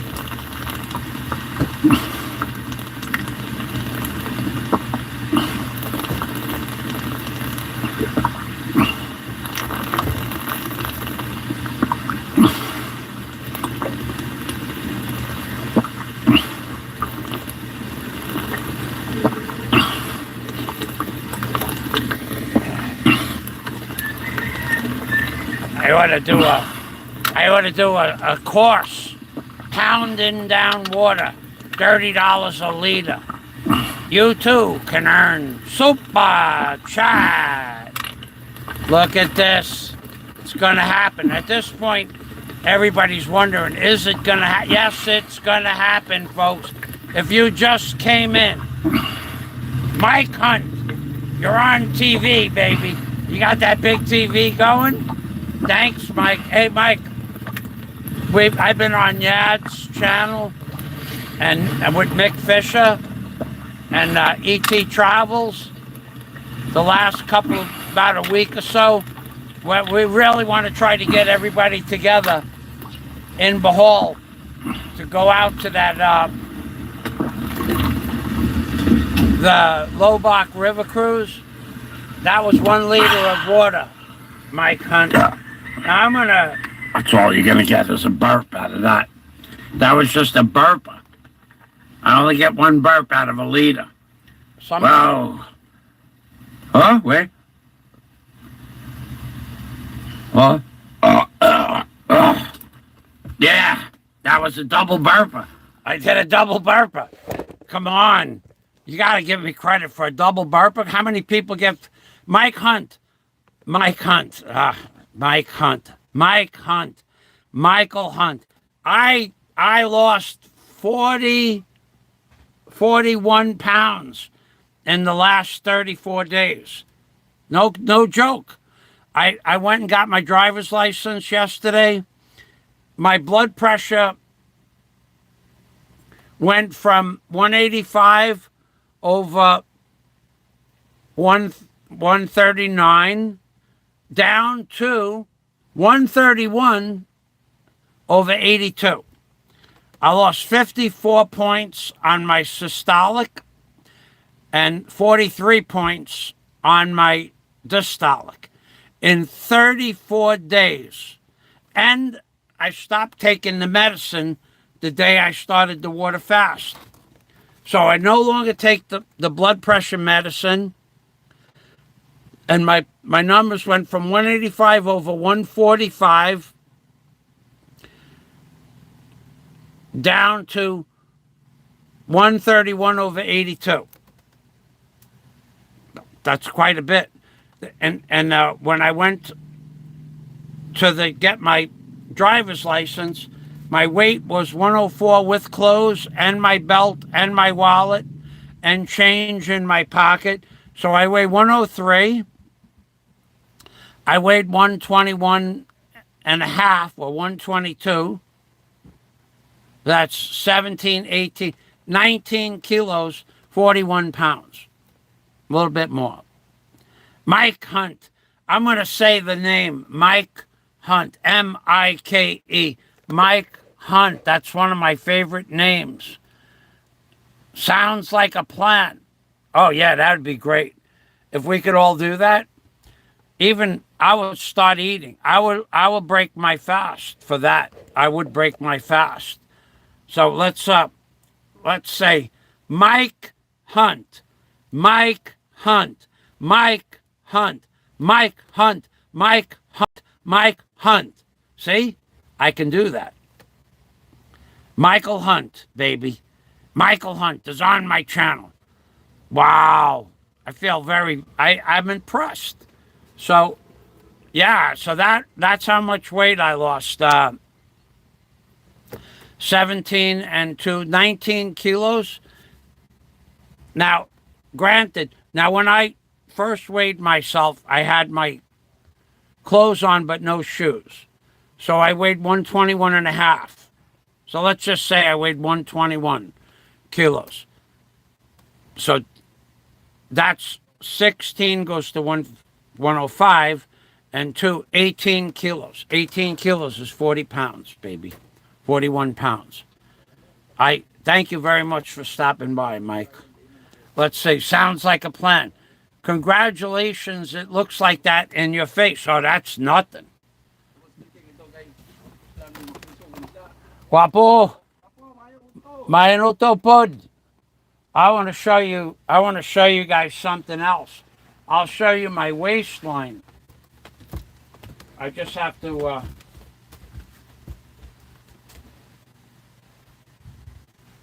do something over here.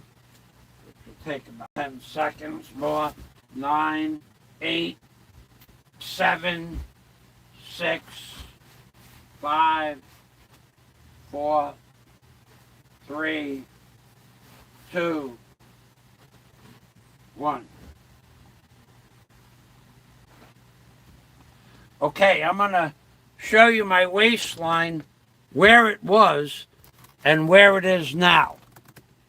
Okay, so I've always shown the people from the beginning my waistline. When I first started, my waist, see this piece of wood here? Right here? My back is up against the desk behind me. I'm on my couch. I'm in my shack. This is all CGI, these videos. This is all CGI, artificial intelligence. I have a program where I think something and the artificial intelligence is hooked up to my alpha male brainwaves. And then you see it on the screen. But when I started, my waistline was over here like that, almost touching this piece of wood. Last year, it was touching the wood. But this year, 34 days ago, it was about halfway to the wood. And there's no place for the hand. Now, watch this. I can put my wrist through there. So I lost this much belly, which is part of the 40 pounds. And also, I'm very proud to say that I saw my feet last week. I looked down at my feet, and there they were, right where they belong. For the first time in a couple of years, I could see my feet. To me, that's a big improvement. I couldn't see my feet. In fact, if something fell off my mouth, it was almost like it hit my belly, kind of like a tennis racket or a ping pong, and it would fly off in some weird direction. Let's say I was eating a piece of pork, a nice fried piece of pork, fried in its own fat, in its own lard. Oh, God, man, am I hungry. I would take the fat from the pork and chop it up into pieces about 5/8 square. And then I would take that fat and put it in the frying pan, in the pot. And I would fry that up in its own fat. You put about a 1/4 ounce of oil at the bottom of the pot. That gets it. Then it starts to fry the fat, right? So now the fat from the fat becomes the fat that the fat is cooking in. And then that fat starts to melt down and becomes the cooking oil or the fat or the lard that the fat is frying in until that gets to a crispy golden brown. You got to make the pieces about a 1/2 inch square, though. If they go bigger, the inside stays mushy, and smaller. It gets crispy smaller. It's kind of like the chicharron, which is just fat. It's what they sell here. They sell that. But I make my own chicharron. So now the fat is fried up in the fat, and I don't use drainage. I didn't use drainage. I would take that out, put it on the plate, and then I would have a little bit of soy sauce and ketchup in a dipping dish. And I would just take that fat and dip it into the soy sauce and the ketchup. And that's, my blood pressure was 185 over 145. The doctor said, you're going to die. I said, what should I eat? He said, what are you eating? I said, the pork with the fat. Oh, no, don't eat the fat. What else I eat? Eggs. How many? 10 eggs. No, you can't eat 10 eggs a day. Do you eat the yolk? I says, of course. He goes, no, you throw the yolk out. You give the yolk to the dogs. What about rice? I said, not much. Bread? Not much. Anything else? I said, sometimes I have the lumpia, the grinded up lumpia meat. No, you can't eat that. It's full of salt and MSG. Well, what could I eat? He goes, well, don't eat the fat from the pork and only eat the egg whites and eat less. I said to myself, the heck with that. I'm just going to stop eating altogether. Done. I'm going to just stop eating. He goes, well, you could do that too. So I did. And that's working out really well. But if Mike Hunt and Mick Fisher and Yads and even, well, E.T. Travels is in another country, and Nikko's coming November 21st, Mike. Nikko is coming November 21st. Mick lives in Cebu, I believe. Yads lives in Cebu. She'd like to do the Lobach River Cruise. That would make a nice blog for everybody. That would make a nice blog. And it would be a fun day. Boy, I got to tell you, that would be a fun day.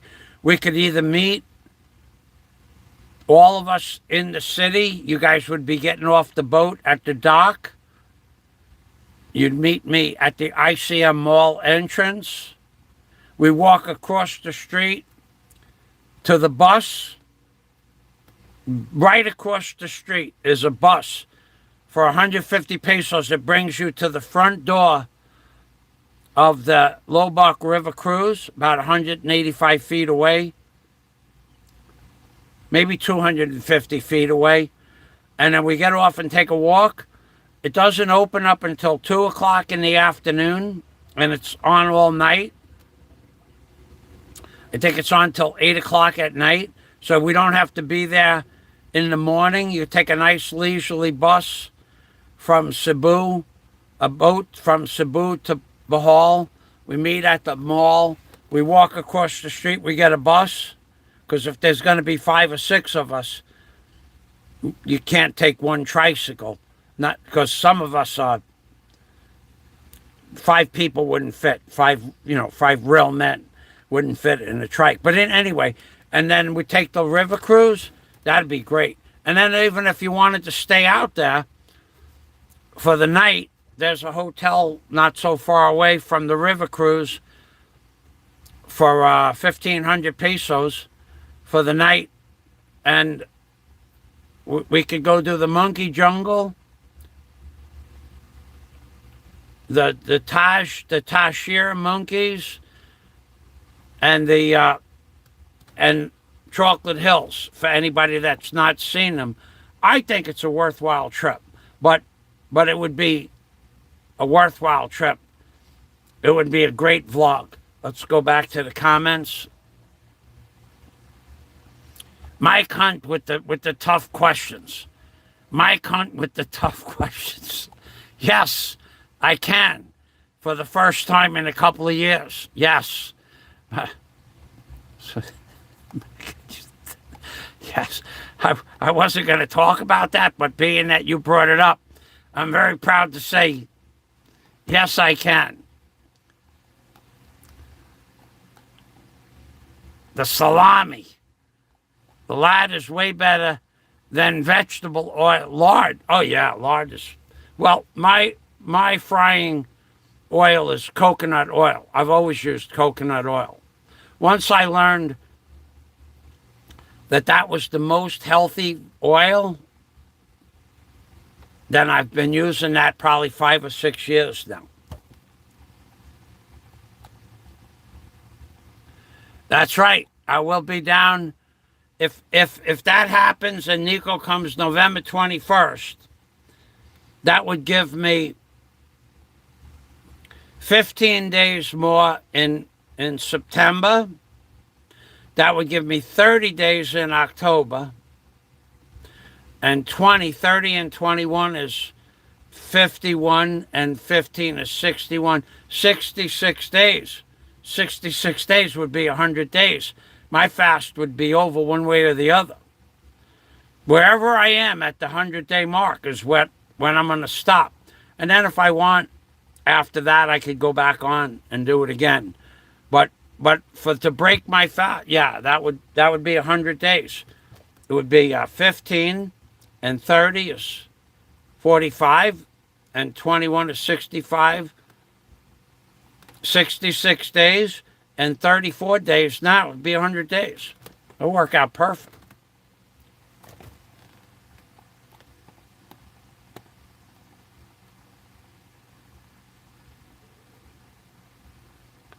No, I'm not eating any rice. I don't like rice. LOL on that, Mike. Now, he talked about my ex-girlfriend, Daisy May, in the most sadistic and sarcastic way. He'll never. That ain't going to happen. No. He likes to be right in the middle of everything, and he likes to pretend that he's in charge. And when he talked about Daisy May, by repeating lies, our relationship ended. 100%. Never going to go back. Unless he gives me $10,000. And then, I could probably see my way through it. Like he gave P.A. Trucker 8,000, gave Bomber a couple of thousand, gave the other guy that attacked me a couple of thousand. Yeah, you tell him for 10,000, he can come with us on the trip and pay his own way. Pieces. Whatever he is. Right? Now, I wouldn't have anything to do with him anyway. Not after what he did with his wife and girlfriend. Never would I have anything to do with anybody like that. To be honest with you, now that you bring it up, no, I would not do that. Or the Big Red House. You live near the Big Red House, then. I won't give you the exact location. Yeah?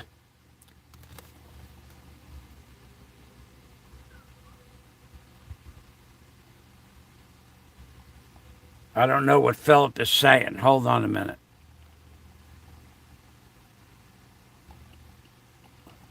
I lost the chat. I got to refresh the page. Nah, man. I appreciate pizza shoppy. Let me tell you, Mike Hunt. I have nothing at all to do with mongers. Nothing. Even when I know somebody and they say, let's go to the city and pick up a couple of girls, I'm going, what do you mean? And they're talking about paying for a girl. No, man, that's not me. It's not me. It wouldn't matter. I mean, I might go to the city one day and meet a girl in the supermarket and take her out to dinner, not knowing she was a working girl. But once you talk to me about being with a working girl, I'm done with that. I'm done with that. And he portrayed those women like they were garbage. I would never do that. No, that's being that you brought it up. Nikko is coming. Yes, we'll change the subject right now. Not less than 2,000 US. No, man. If he gave Bummer, he probably gave Bummer that much when he offered Bummer, when he asked for access to Bummer's girlfriend. What do you don't think that came with monetary incentive? We won't talk about that anymore. That's Mike's friend. So, yeah, that's what we'll be doing. That will try to make all those arrangements. You guys live in Cebu, and Nikko's coming November 21st. Of course, he's going to need 3 or 4 days to settle in. I don't know where he's going first, but I'll bring the drone and we'll drone it. I'd be a little reluctant to fly the drone over the water because it took off on me about a month ago. It took off on me, and I don't know why yet. I flew it a few times close up and personal, but flying it above the water, if it takes off, that whole riverbank is trees on both sides. You say goodbye to that. That would be $1,500. I'm being permy. So I don't know why the drone took off. I still haven't figured that out. I had a load in the phone, but the wind was strong that day. And I don't get the signal from, it's supposed to get a signal from 12 towers before you take off. I only have 3 towers that I could get a signal from.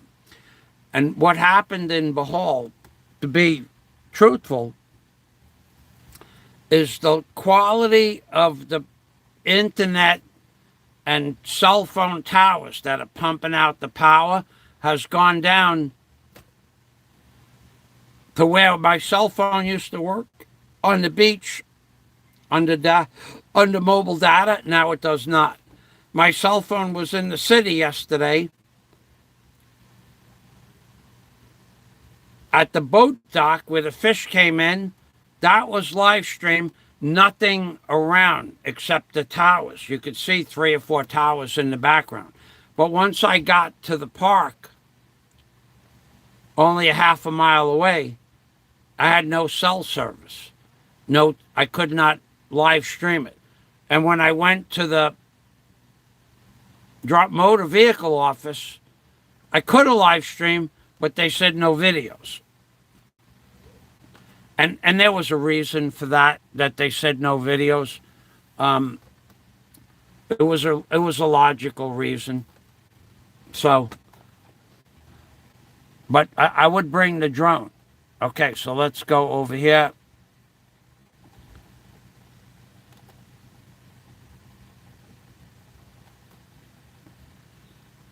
Oh yeah, that'd be great. Oh yeah, I like that idea. Mick Fisher, me, you. Yeah, that would be fun, and he would like that too, because he likes to abuse people, and then if you like to abuse other people, possibly you like to get abused yourself. I don't know how that works. Never did anything like that in my life ever. Did I ever do that from behind? Never did that once in my whole life. Can't remember doing it. I would have remembered. Didn't always win, but I never did anything from behind. Oh yeah, but we're still involved with court right now, so I really can't talk about that. But the other little fella, the guy that drinks out of the sippy cups, I could talk about him because he's threatened my well-being a dozen times. And then he said, well, you know, the guy on the dusty island, that guy, I'm going to do this, I'm going to do that. If I had you in front of me, I would do this and do that. So when I asked him, would you want to do that? He goes, you're so fat, you're so fat, I wouldn't fight you. I'd be afraid of you sitting on me and squashing me. So that's what gave me the incentive to lose 100 pounds. Now, when I lose the weight, he won't have that as an excuse. And the only thing the fellow will have while he's holding his sippy cup is the only thing that will be afraid of is fear itself. And that, I already saw that happen once face to face. I actually watched that happen face to face. In fact, everybody in the room was laughing at him, not me. They were laughing at what I was saying, but they were laughing at what he did. Curled up into a little ball like a little girl. And then back down. Well, and that was good that he did that. That was good. That's called self-preservation. But now he's back on this every day with Fazio. Got a little Komo Sikiyama, and Fazio never had sex since birth, and Fazio lies about everything. We're going to make that offer again. We're going to go to that dusty island where I have that cheeseburger deluxe and make him an offer. Today is November, October, December, whatever day it is. 90 days from now, we rent a boxing ring and we get into the ring and we're good to go. And we'll see what happens. We'll make the offer. I'm allowed to do that. I asked the NBI and I asked the local police. They said, you make an offer for him to get in a ring? If he says yes, you sign the waiver, you get in a ring. It's an offer. You can't threaten him. Can't do that. Because then, that's what he's waiting for. That's why he talks about Michael Thomas Fazio every day. He's trying to trigger me to say something illegal. Then then the lawyers and the prosecutor and the whole entire judicial system of the Philippines will be on Michael Thomas Fazio's case. There'll be prosecutors and there'll be secretaries and there'll be lawyers' secretaries and there'll be petitions. Petition Michael. That's why he's doing. That's why he says Michael Thomas Fazio is afraid to come to my house. No, that's not so true. But going to your house and harassing you at your house would be illegal. Why do you want everybody to go to your house? You know that if someone goes to your house and harasses you, that's legally, you could say, harassment. Now, if Roberto decides to go to your house and stand in front of your house and make a video, well, he's allowed to do that. And you can't say a darn thing about it. If anybody goes to your house and makes a video from the street, it's okay. You're allowed to do that. They cannot verbally attack you.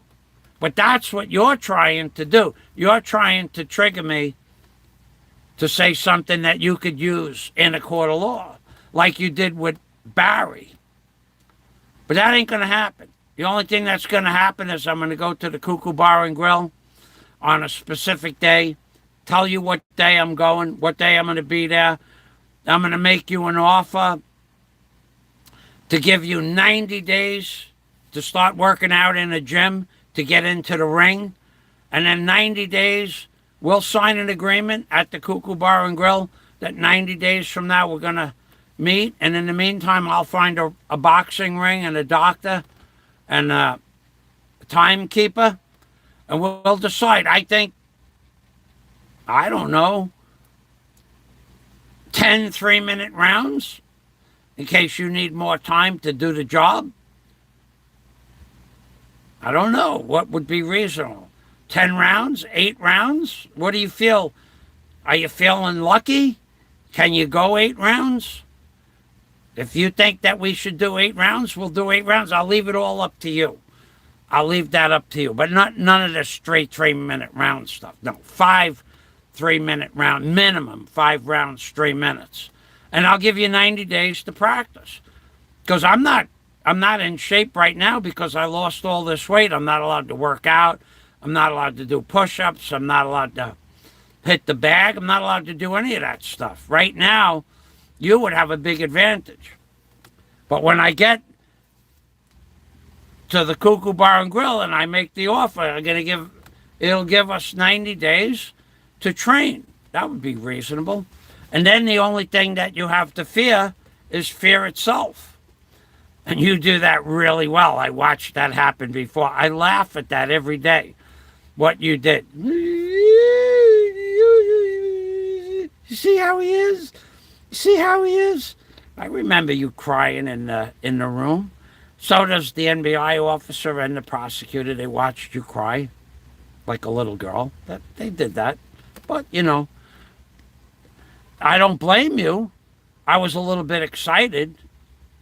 I was begging you to go outside and we'll square this up like real men. Real men. I asked you, come on. You said you're going to beat me up 20, 30 times, 40 times. Here's your chance. I remember that like it was yesterday. You're going to get another chance. I'm going to go there. Going to give you 90 days to train. We'll sign an agreement. I'll find a gym. I'll pay for the gym. My subscribers will pay for the gym. Somebody will pay for this. It'll be worth every penny of it.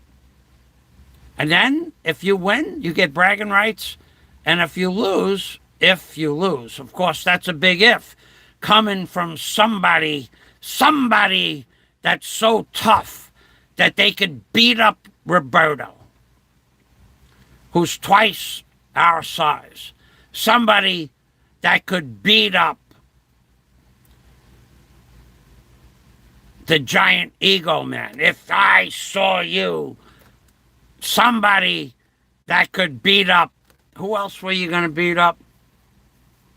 You were going to beat up that other fella, Roberto, Allo. Oh, I challenge Allo, the great Allo de Winter. I challenge Allo to come to my house and say that to me in front of my... Why does everybody have to go to your house? You've already filled out an affidavit of harassment against Allo de Winter, against Michael Thomas Fazio, against Roberto Dunn, and against Pinoy Troll, I think. So if they go to your house, they're already in trouble just going there because it's already on the docket, or what they call the register. So you already ratted everybody out. You already ratted everybody out for their possible, what they're going to say to you. So that nobody can go to your house. So you threatening people to go to your house. Come to my house. Your Brevis was another one. And Ricky was another one. Come to my house. You already filled out forms on everybody. If they go to your house, they're already in trouble. It's got to be a neutral place. You think you could beat Allo. I've seen Allo. You can't beat Allo. You are so foolish. You're such a little thinking person. You have lost your way the last couple of weeks. Every day, the hate, the anger, the angst, it's killing you. The anger, the pent-up anger. You lost your mind the other day. 3 days in a row. I got them all recorded. All of them. I see, whoa, I see something going on here. What happened here? DNC, $5 for the gym. We'll be happy. Preliminaries. And you too who collects money for Christmas gifts and then that you don't have to give. When you collect the money for the Christmas gifts, you don't have to give it to the people for Christmas. People send you money, you say it's for Christmas gifts for the locals, you change your mind, you want to use it for a vacation, it's your money. You could do what you want with it, unless there's a signed contract. You can do anything you want with the donation that you said you were going to use for Christmas. I have a ledger book. I've been keeping track, and let's take a look. If I look inside my ledger book, this is what I will see. From June and July, he collected 35,000 pesos. In July, just before the 21st, he said he had 25,000 pesos saved for the gifts for the locals. So in June and July, he collected 35,000 pesos less YouTube's cut of 12,650 pesos. Comes out to 25,000 pesos he collected to give out as Christmas gifts. But the law says he don't have to give. He don't have to give. He don't have to give. There's no contract. So when you people think he reneged on the deal, he did not renege on the deal. He simply changed his mind. He's allowed to do that. He collected 25,000 pesos to give out as Christmas gifts for the locals, and then he changed his mind. He didn't do anything illegal. He didn't do anything illegal. He didn't do anything illegal. That's his money to do with what he pleases. So if DNC gives me $5 for the gym and I put that money to the gym, that's a good thing. But if I change my mind and I become a yellow-bellied coward and then go there and don't ask for a date 90 days from then I would be a yellow-bellied coward, and then you could have bragging rights. So the money that DNC sent me, I'll keep a ledger in my mind, and I'll write it down later on in my notes. And then thank you, DNC. DNC and me, we're gonna see big things happen in Cebu when that fella takes the Fazio challenge. I gotta wonder if the prosecutor still talks about that day that we were all together. And you went, look at, see how he is? See how he is? He's like that in YouTube also, sir. I remember that little cry that you had there. You had a moment. We'll call it a little moment. I remember that. So what are you going to say now? What are you going to say now? All we want from you is a public appearance. When I make the offer, I'll tell you what time I'm going to be there, and I'll make the offer. Totally legal. I actually called up the called up the police department, and then I actually called up the NBI because I still have his personal number.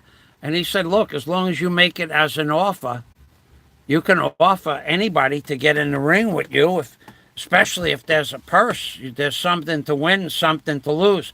Of course, your honor would be at stake, but you've already shit-canned that a long time ago. We don't have to talk about honor and you in the same sentence. That's all. That's water under the bridge. That's honor. That's gone. The honor. You have no honor, dude. Call Fazio, Michael Thomas Fazio, a liar, to say that I never owned. All you're trying to do is trigger me to threaten, to make a threat. That's all you're trying to do, and I know that. Just like you did to Obama, just like you tried to do to Roberto. Oh, and by the way, Roberto took your challenge. Are you going to really meet face-to-face with Roberto? Now, I don't like Roberto at all. He has lied to me for Dave Phelps. He has promised me stuff that he never came through with. He has said he didn't have videos that I believe he had. There's a lot of reasons I don't like Roberto. But I would never say that I could beat Roberto in a fight. He's a big man. And I am an old man, and I'm not a big man. But you, with your mouth flapping your gums, I would do this to Roberto. If I ever saw Roberto, he would know my wrath. You are delusional. Delusional. To be able to say that, what you would do to somebody that you've never met, that's twice your size and 20 years your junior or younger. That's delusional. And that's you. You are delusional when it comes to who you think you can beat up. You think you could beat up Barry. You think that. And maybe that's even true. But it's not fact. And now to carry on what would have done, what could have happened, that's all water under the bridge. To say that you took a certain amount of money out of your pocket to accomplish a goal, when everybody on YouTube remembers all the money that you collected for that, much more than what you spent, in my best estimate and opinion. You collected way more money than you spent, but I can't prove that. But that's my opinion, and I'm entitled to my opinion.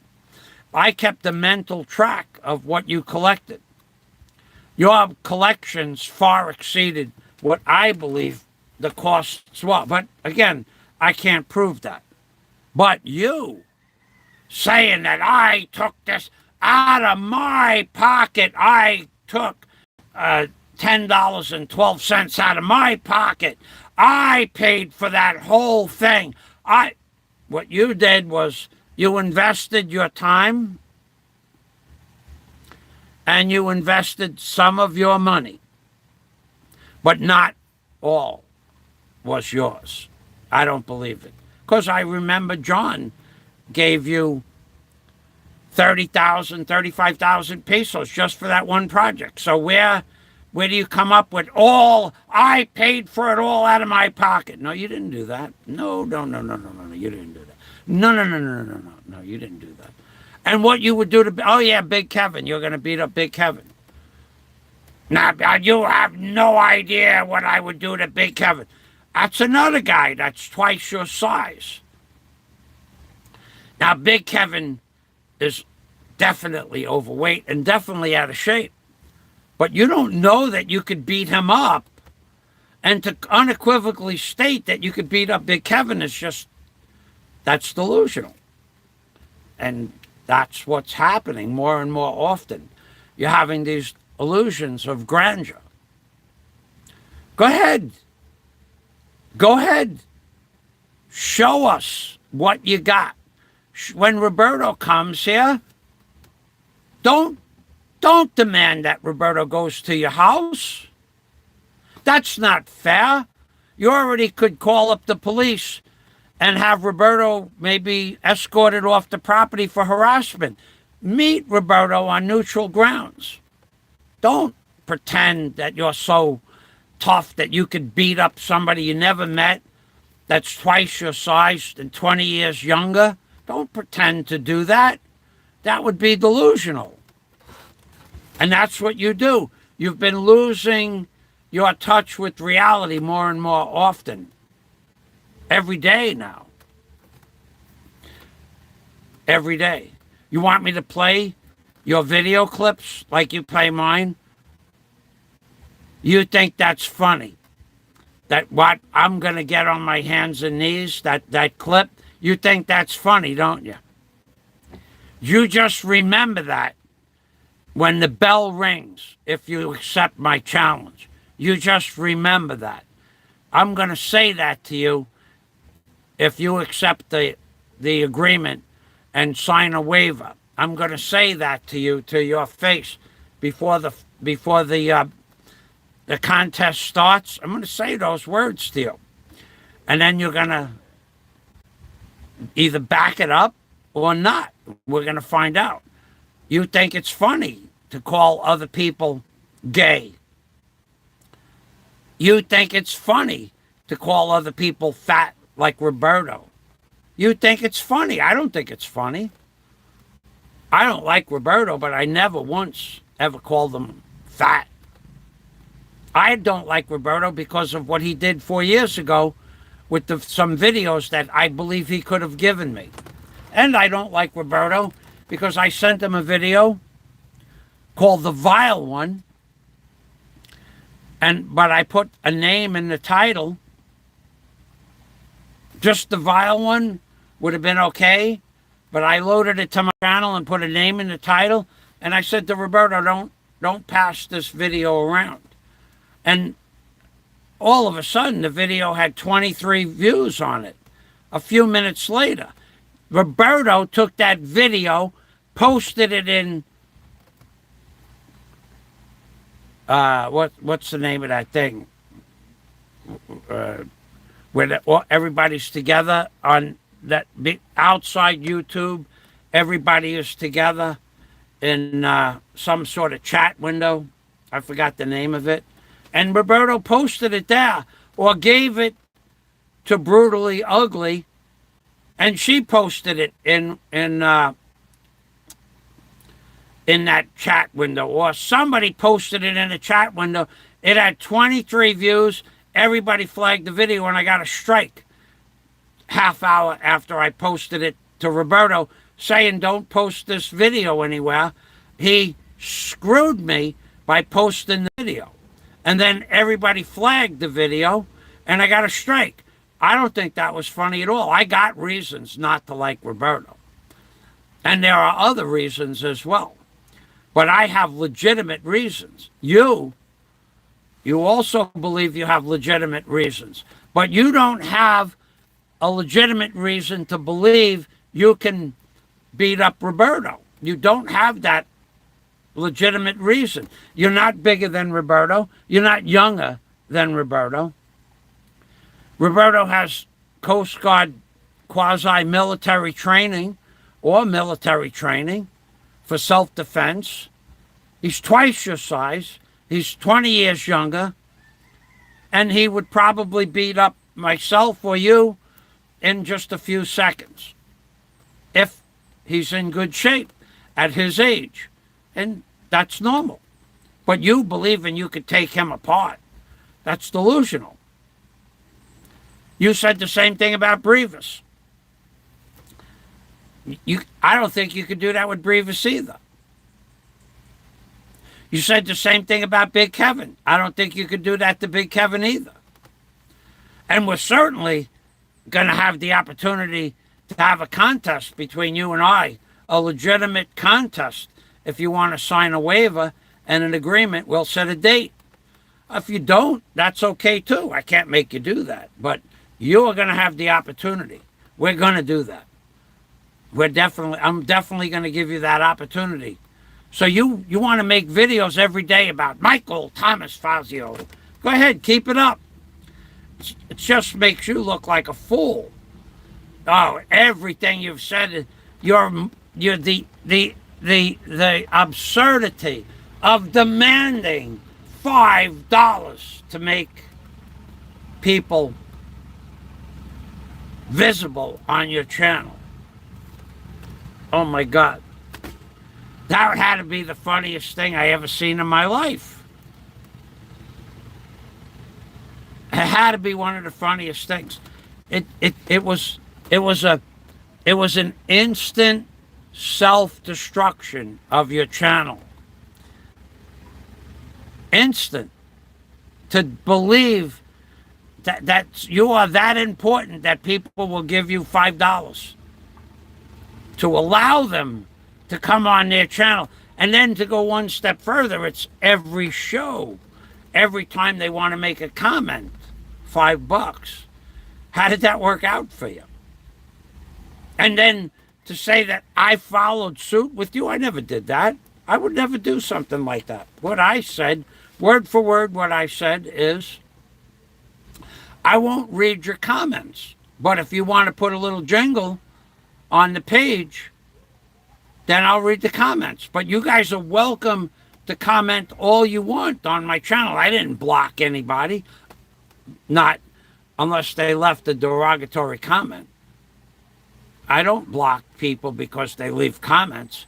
I block people because they either left a comment that I didn't like, off topic, or they said something last time and I didn't get to block them. They took the comment down. But I did not demand. I demand $5 every time you want to leave a comment. Who has that kind of money? Oh, wait, I know. It was because other people got SUVs and cars out of Super Chat. Well, they were doing stuff. Some of those people actually left their house and walked around and went and visited Boracay or were giving out real money to the locals. Well, they say they were collecting $10,000 a month. They were giving out $2,000 or $3,000 a month to the locals. It's more than I've ever done. That's more than you've ever done. That's more than anybody's ever done. So you can't be mad at them that they collected 10, they gave out 2. That's 2,000 the locals would never have. You got to give them a thumbs up. But because they did it 4 years ago, it's okay for you to do it today? Again, not rational thought processes. Got to go back to the comments.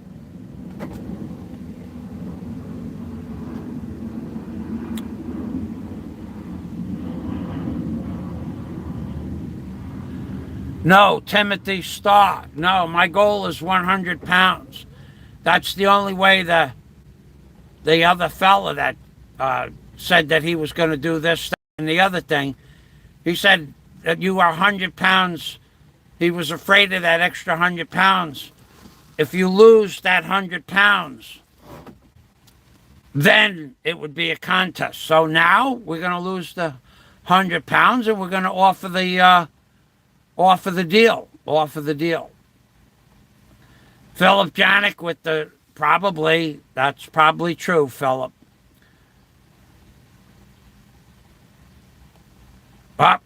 Philip Janik, is this going to be bare knuckles?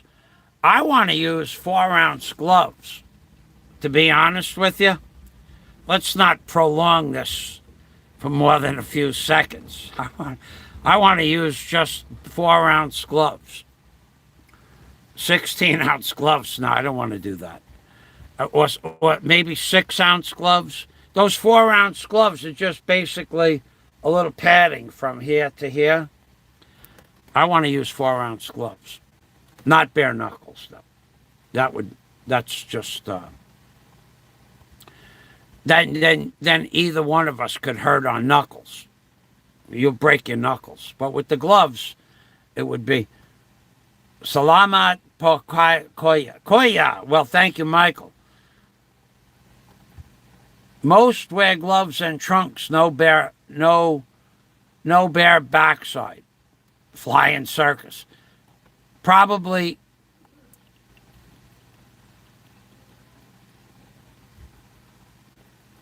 that's the Philip says talking.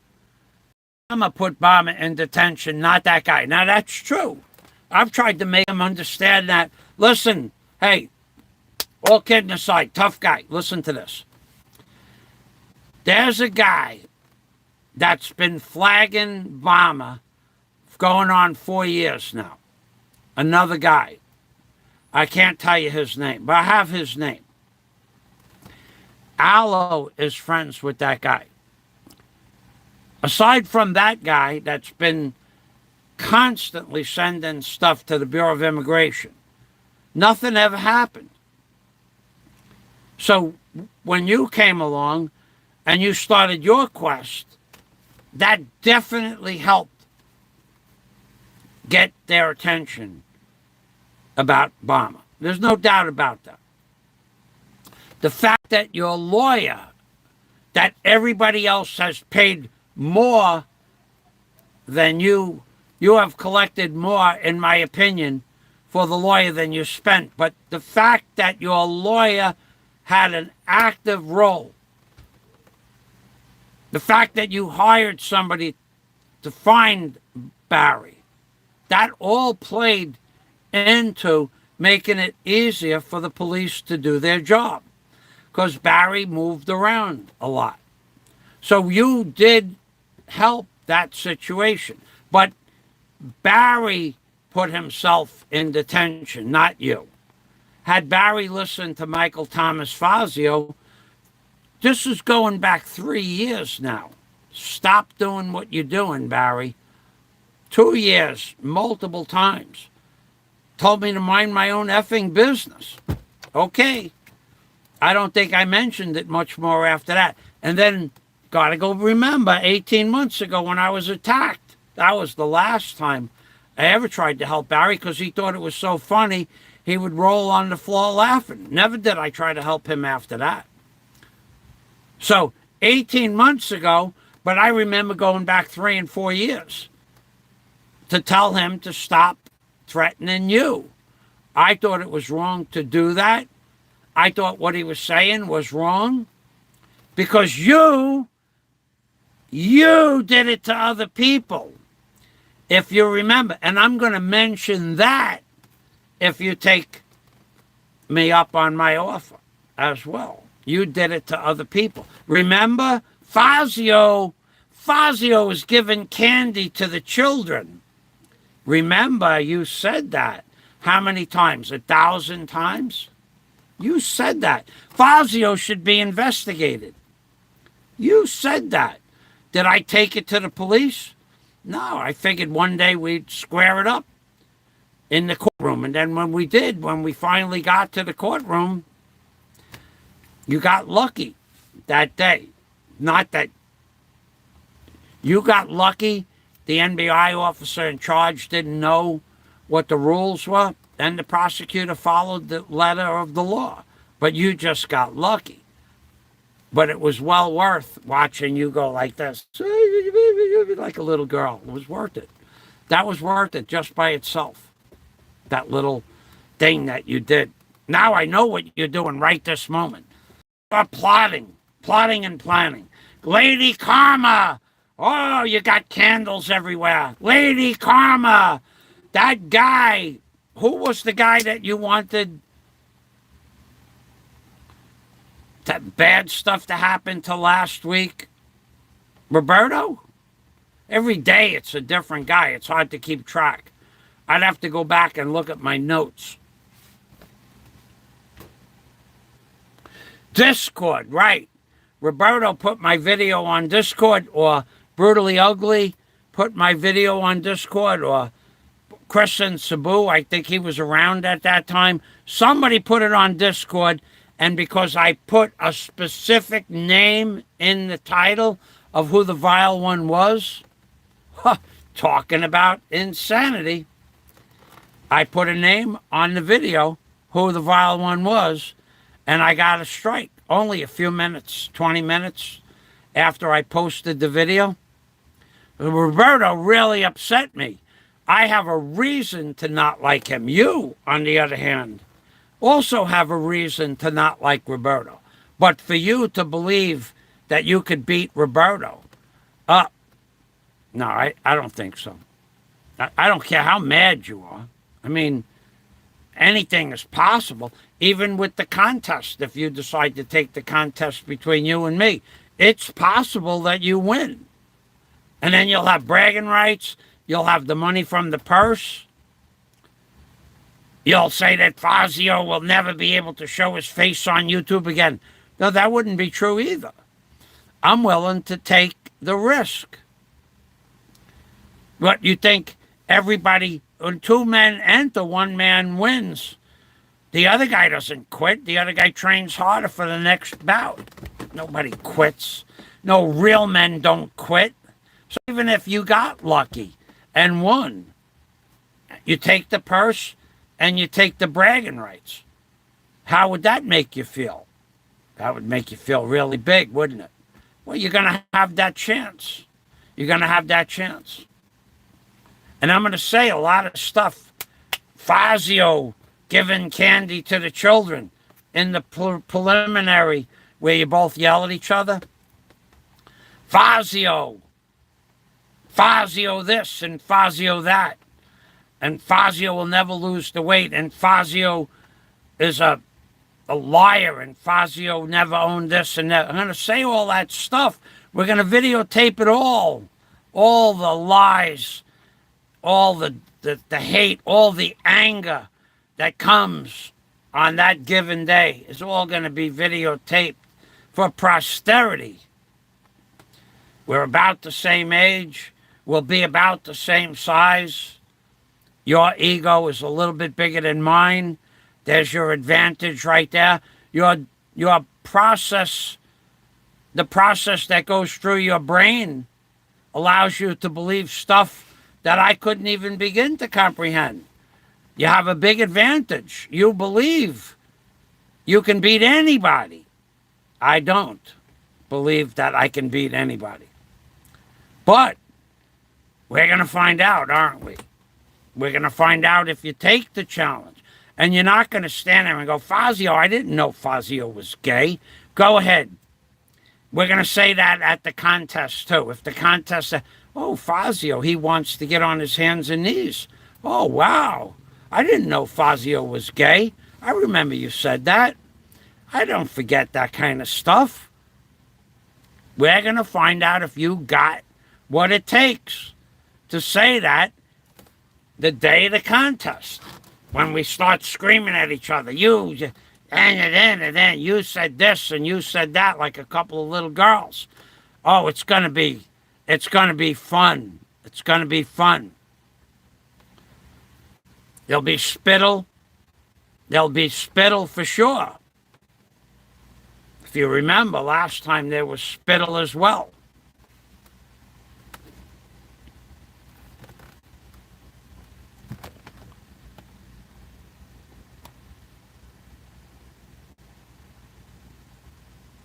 That's right, Philip. He did. Bama is a moron.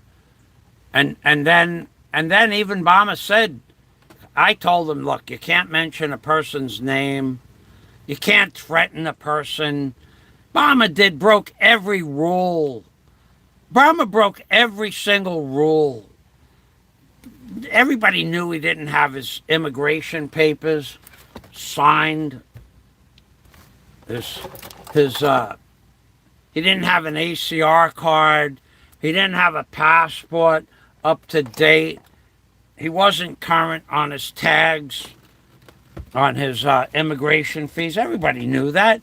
You know what? Bama could have stayed in the Philippines for the rest of his life had he just left the other guy alone.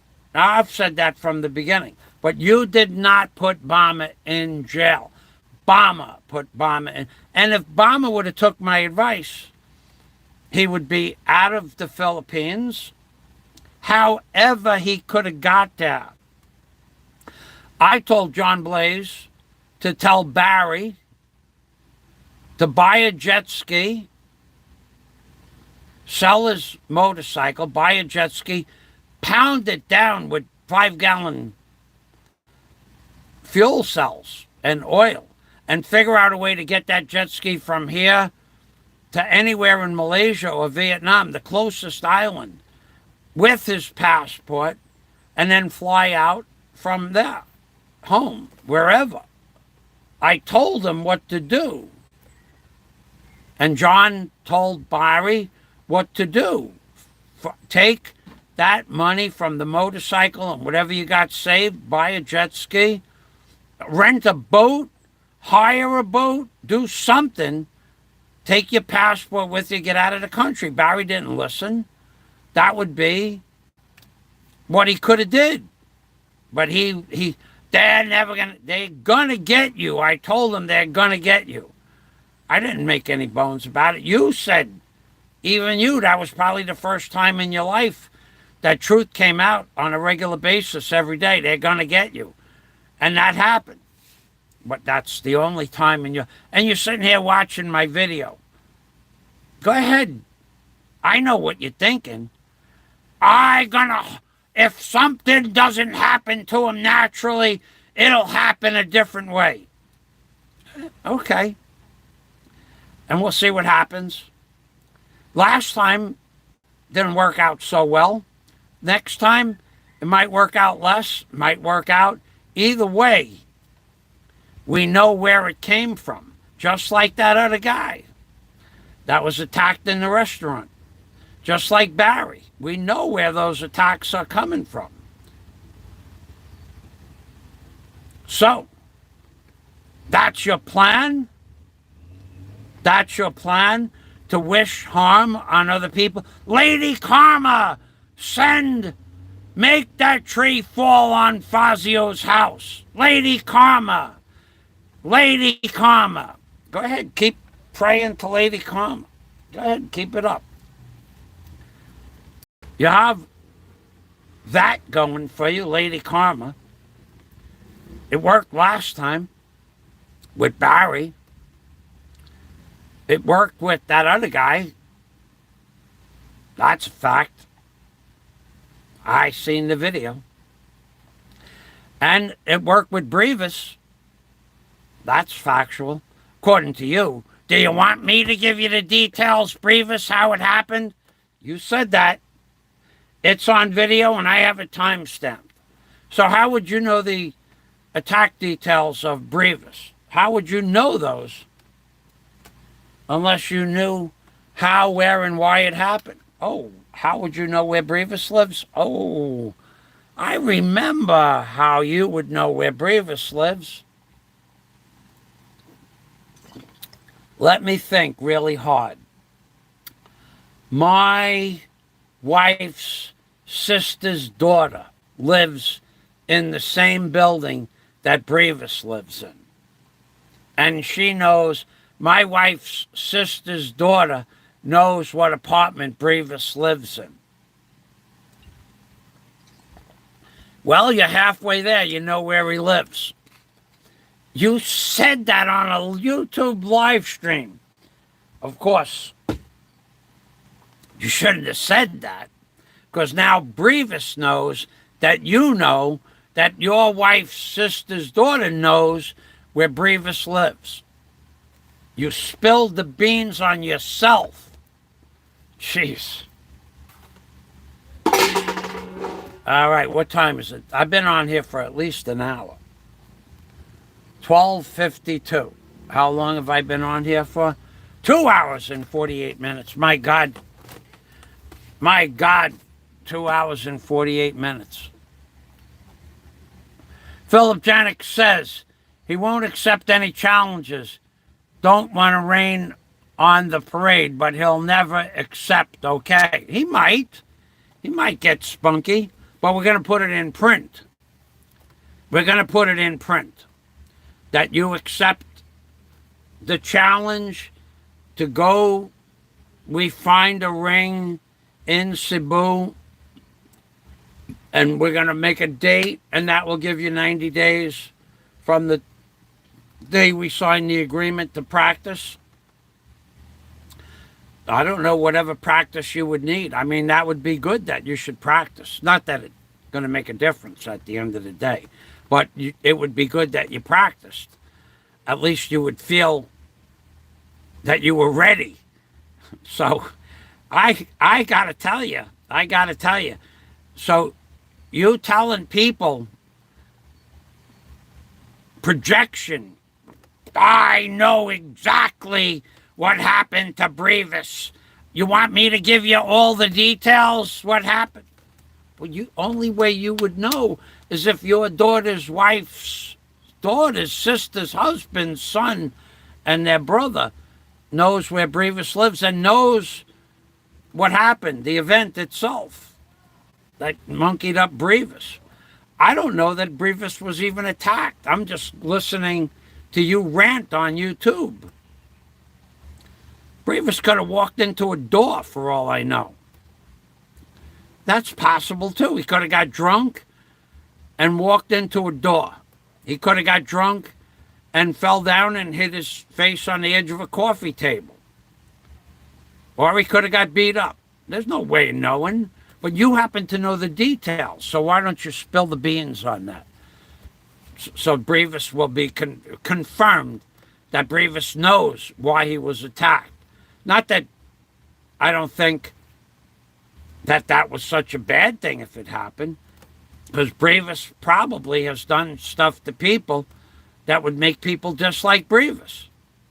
But you were so sure of that, you knew every detail about it. That's That's a little bit more information than you should have put out on the internet.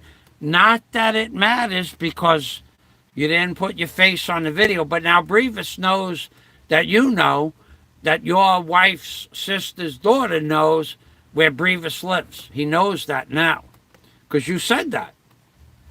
So, Brevis, if anything else happens to you, that guy's wife's sister's daughter knows where you live. Address the issue at hand in that fashion. All right, then I'm going to go. Thanks, everybody. Thank you, John Blaze. Banter Brawler, thank you for stopping by. Philip Janik, thank you so much for stopping by. John Blaze, whoa, let's go up here and take a look at this. Look at this. We had rainbows. I see colors on my screen. I see green. From DNC, he made a vow of $5 for the gym. Let's take a look at what we got. What did we earn today? DNC, DNC, DNC, Salamat. Mike Hunt, thank you for stopping by. Flying Circus, thank you for stopping by. Philip Janik, thank you for stopping by. Dennis Adam, thank you for stopping by. John Blaze, thumbs up, baby. Nice to see you all here in the chat. Dennis Adam, John Blaze. Oh, look at that. Blaze lights up the screen like DNC. Yellows and orange and $10. You deserve the little fella super chat money. No pot needed. 20 more for a leader. I was already grabbing that leader. If you go back and review, I was already, when I saw that yellow on the screen from the Blaze, I was going for the leader. 20 more for the leader. And then all throughout. Go, go, go, go. Good job. While we wait, you hydrate. Don't laugh, Michael. Hello, Blazers. Nice to see you all here in the chat. John Blaze comes through bigly. Bigly. I should take a picture of this. Let's see if I'm reconnecting. I just took a picture of that super chat. Super chat. Thank you, John. Banter Brawler. He stopped by. Bruce Davis stopped by. Apparently there's a different Bruce Davis that was part of Warren's friends group. Vincent Garzon, where you from? I'm from Howard Beach, Queens, originally, and then Key Largo, Florida. I just saw your comment. Yad's Amodia Vlogs. We had Yads in the house for a long time with E.T. Travels. Nikko's Experience in the chat.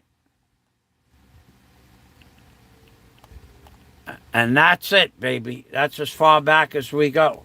So thanks, everybody. Thank you very much. And to the fella, I know what you're doing. You're praying to the candle. Oh, yeah, candle face. Yeah. Well, yeah, the skin on my face is definitely drooping. And it's definitely going to jiggle if we get into the ring. There's no doubt about it. How long you'll be able to watch it jiggle, that's the big question. How many times will you make it jiggle? That's the big question. And when are you going to start training? That's the big question. Are we going to do this thing? That's the big question. It'll be a fair and open, honest ring with a ring announcer and a bell. And we're only going to need the gym for about an hour. I'm sure they rent out gyms by the hour. with a ring. The only big decision is that we have to make is the size of the ring. The size of the ring. We have to talk about that. When we get together and we discuss the terms and how much money will be involved in the purse, we'll discuss the size of the ring. There's an 18-foot ring, which doesn't give you a lot of room to run around. The 18-foot ring is for real men that want to do this thing. And there's a 24-foot ring that you can get lost in. And I think there's a 24 and an 18 or anything in between. You decide. You take a look. Take a look, like they say in the Philippines. You take a look. So, by the way, Nanai's picture is up on the wall. Good show, great rant, Mr. Fazio. Thank you, Ignat, Michael, and everyone. Means good take care, always. Ring built on the beach so nobody can just run around. Oh, I like that. We could do that, too. He can practice slapping and pinching. Yeah, he likes that idea. Keeps saying, you got slapped, yeah? Tell you what. I've offered to slap anybody that wants to take a slap from behind 3 times. I've offered them my services. I don't think it's reasonable. I don't think it's fair. No one thinks it's right. Nobody... Oh, yeah, there's a guy, Cowboy Moish. He thought it was right. He thought it was funny as all get out. Amazing. A couple of people thought it was funny as all get out, but it didn't happen to them. And remember, when it happened to me, I wasn't looking, wasn't prepared. I had a testicle that was this big, swollen, with 100% guarantee. If my testicle breaks, my small intestine is in my intestine, I will die a few minutes later. You don't think that was playing heavy on my mind? And we have this guy running around going, he got slapped and he laid the... Dude, you're going to have the opportunity to say all that stuff if you take the Fazio challenge. We'll sign an agreement. We'll make money. We'll make a minimum purse. I'm sure that we'll have a minimum amount of money for the... But you should want to do it just for bragging rights, being that you got such, high testosterone levels and such a high value of yourself as a fighter. Let's see what happens. Let's see what happens. All right, everybody, thanks for watching. I'm going to go. Alpha male construction, baby. Remember that. Remember, when I go out making videos, I make people laugh. I make people enjoy being filmed. I don't just shove the camera in their face and then ignore them. I put the camera, we're making a video for YouTube, okay? And I give them a thumbs up. Yes, this way they know why I'm making a video. I have a personality. I have charisma. I have vlogging skills. He doesn't go anywhere. You were crying last week. Where can I go? The island where all the food was served to all those people, not even allowed to go there. There's no more food. No, all those boats to be able to buy a soda or a frankfurter or conch fritter or a hamburger, all that's gone. Not allowed to do that. So now you go stand on the sandbar. The beach right here is a sandbar. It's a big sandbar. So all that's gone. To go to Balikasog Island, dude, let's just clear this up. I have been to Balikasog Island. My landlord owned a boat. I lived on Alona Beach side of the island next to the Blue Water Hotel. I'll show it to you where I lived. Right now, I'll show it to you. I'm going to go on there. I'm not going to end the stream. I'm going to go on there and I'm going to show you where I lived. And then I'm going to show you how close it was to where I lived. And my landlord had a boat, and he was a snorkeler, and his wife was a snorkeler and a swimmer. And we went to Balakasog Island twice a week, sometimes once a week, four, five, 6 times a month. I'll show it to you right now. I live next door to the Blue Water Hotel. Let's find up on the map here. Blue Water Hotel. I can't see. Hold on. Blue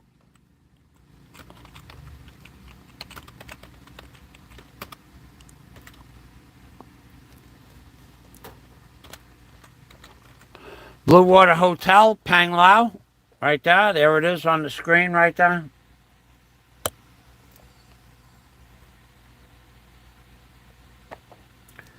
Blue Water Hotel, Pang Lao. Let's get that popped up here. And there's the Blue Water Hotel. Right there. Blue Water Hotel. Let's look at the Blue Water Hotel map. And I will show you the house I lived in. And then I will show you Balakasog Island. And I will show you that we weren't even a mile away.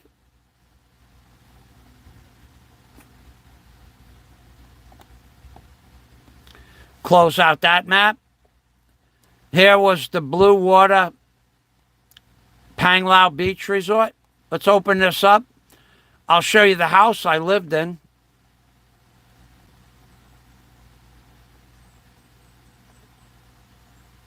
We got to find the Blue Water again. Blue Water Pang Lao.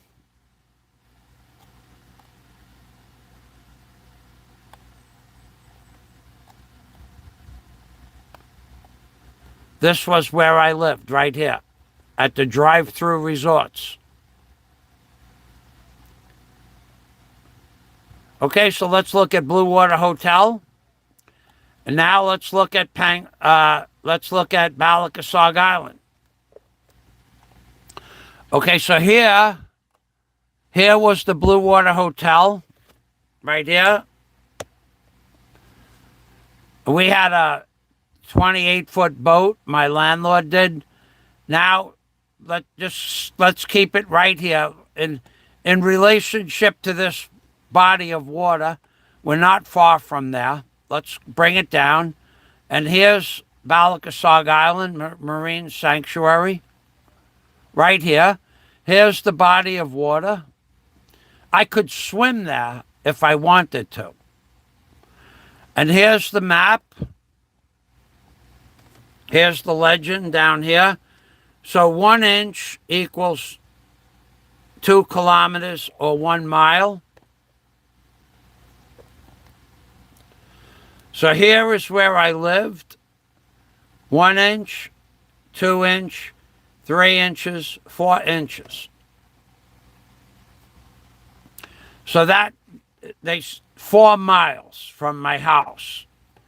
But it's a mile, just over a mile from the tip of Pang Lao.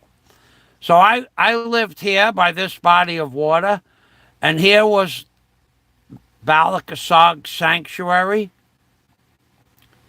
And if we bring it down a little bit more, well, Virgin Island is so small, you can't see it, but it's over here somewhere. But I could see from my house right here, I lived on the 2nd floor. From my house, I could see Balakasog Island with a pair of binoculars. And without binoculars, on a clear day, you could see Balakasog Island. So I went there. Fazio doesn't go anywhere. I went there, I don't know. I lived in that location from March 16th till November of that April, May, June, July, August, September, October. I lived there 7.5, 8 months, and we went there once a week, at least, every week. Her daughter, she had daughters and her daughters would come with their boyfriends. They all lived on Bohol, and we'd all go out on the boat, and we'd all go snorkeling, and it would be free because you could park the boat off Balakasog and snorkel over to the reef for free. I don't know if they still let you do that, but if you went by boat to Balakasog and tied up with a party boat, a commercial boat, you had to pay 150 pesos to get from the shore to the reef, to the wall. But from boat, we just used to drop an anchor and go snorkel all day.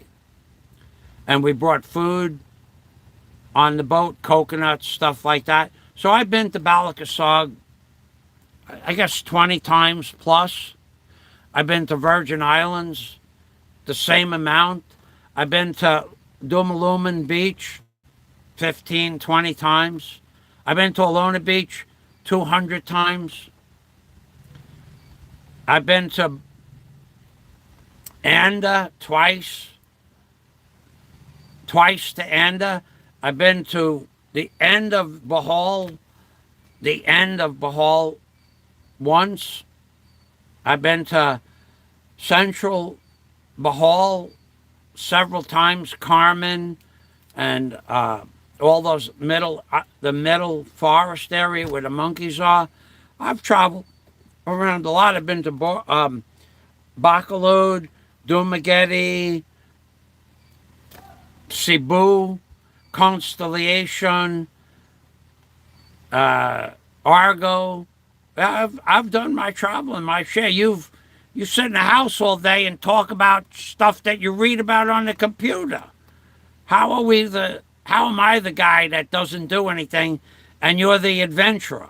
I'm the couch potato. I don't go anywhere. You go everywhere.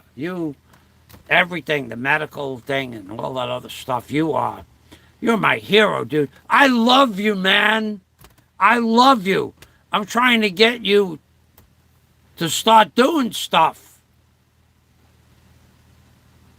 I've been trying for years to get you to go and do some stuff. Anything. Anything is better than what you do. What do? You talk about other people on the computer 6 hours a day. Come on, man. Come on. Go out and live a little.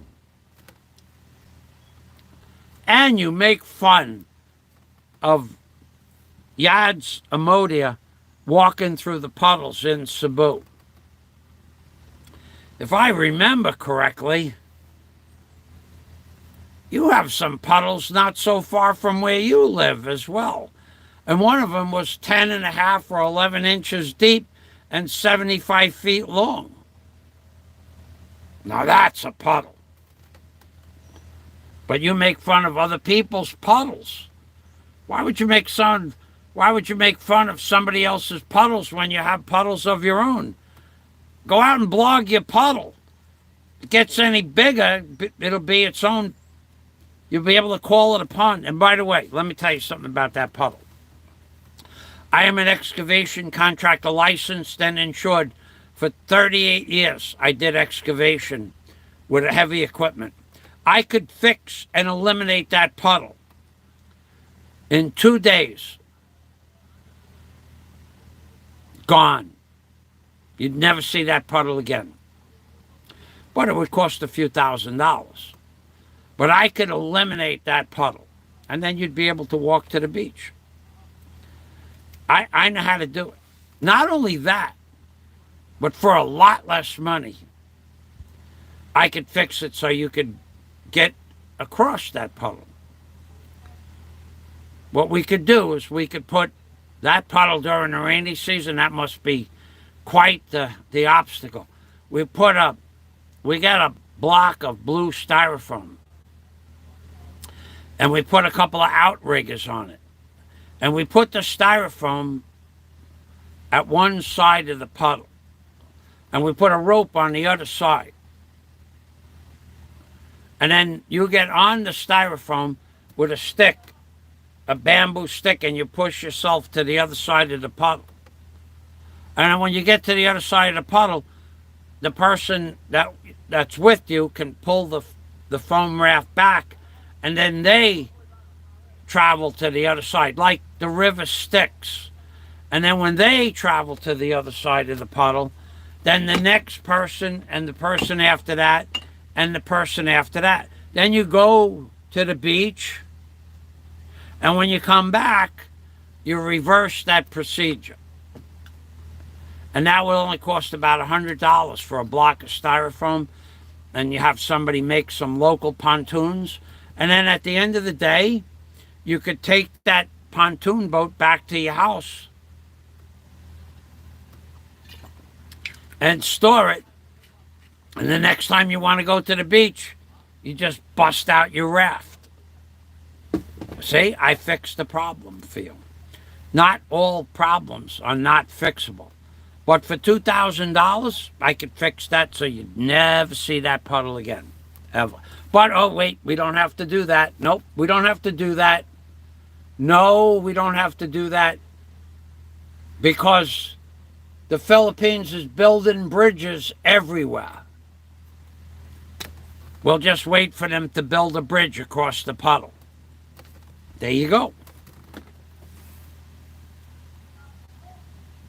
Problem solved. So to the trolls out there, I'm going to give you a minute. How about a thumbs up? I got 18 thumbs up with mine. How about at least one more thumbs up?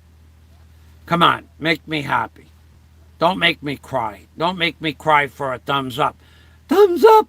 Give me thumbsack! Thumbsack! Thumbsack, people! Thumbsack, people! I put on a good show! Thumbsack! Thumbsack! Give me thumbs!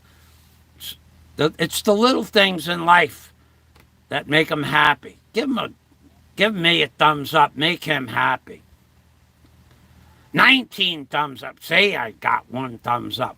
Who's better than that? Now he'll be happy that I got a thumbs up talking about Tomsack, because that's his word. That's his word. I give him that. I didn't know what Tomsack meant. What I thought Tomsack was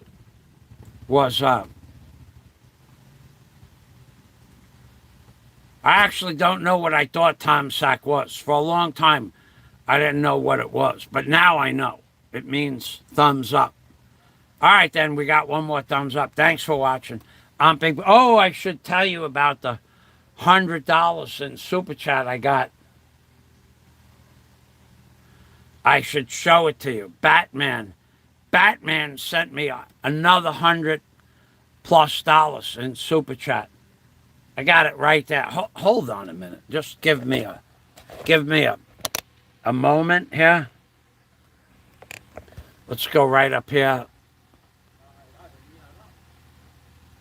Let's you could watch me, watch you.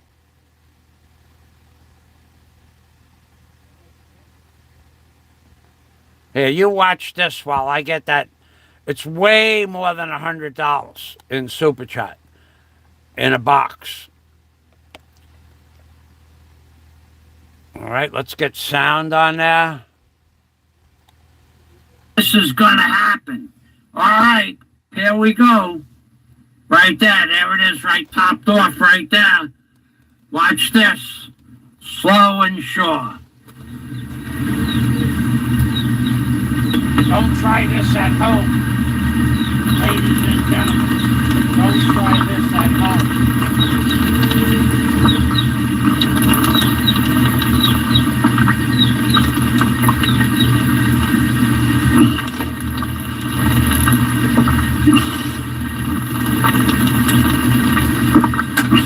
With sound.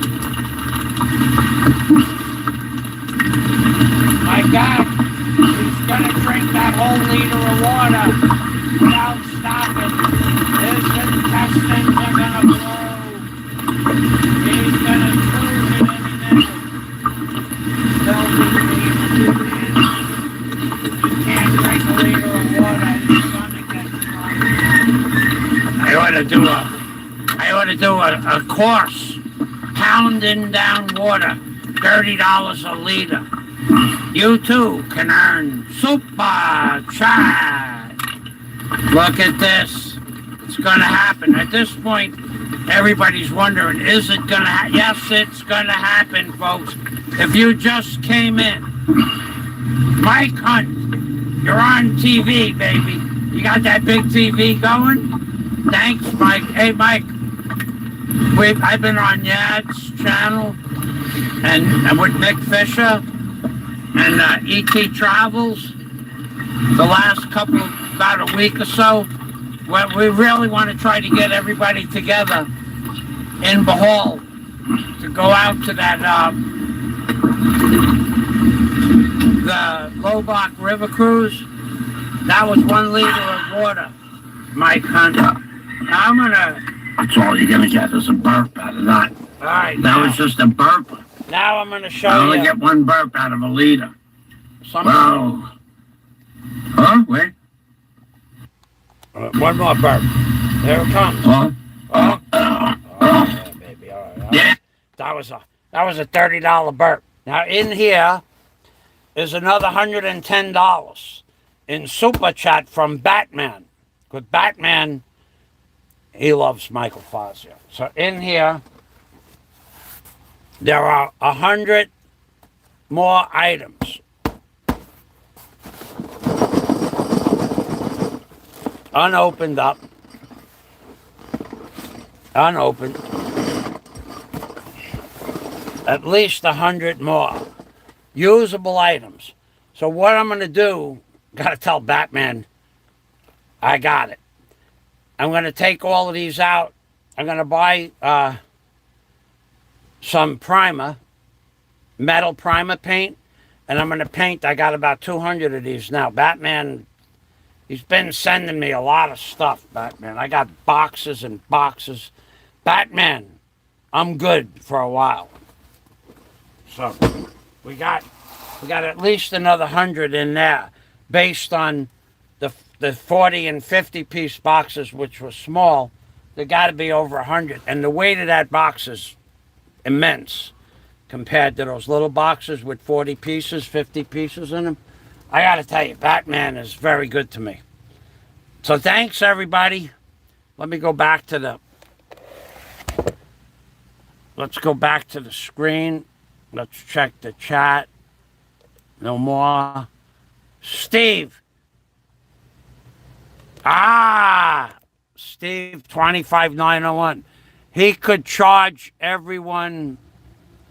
Right, let's... I can't see that quite just yet. He could charge everyone $5 a trip. He could do that.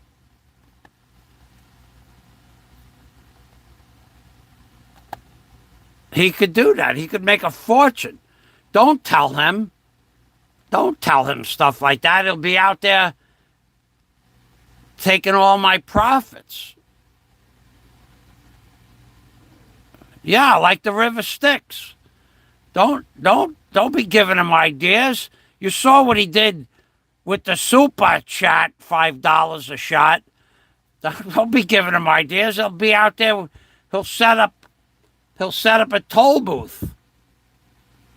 And then you'll be the responsible one for him earning big money. Because everybody would pay him $5. It's worth it. Then he'd be out there with that rope all day, roping and doping those people back and forth. I bet you he'd have it set up with a little sign with a cell phone number on there. Call up to make an appointment. Appointments, $5 only. Non-appointments, $10 a trip. For unscheduled trips across the pond, across the puddle. $5 for scheduled only appointments. $5 for children. $5 for adults. No discounts, no discounts.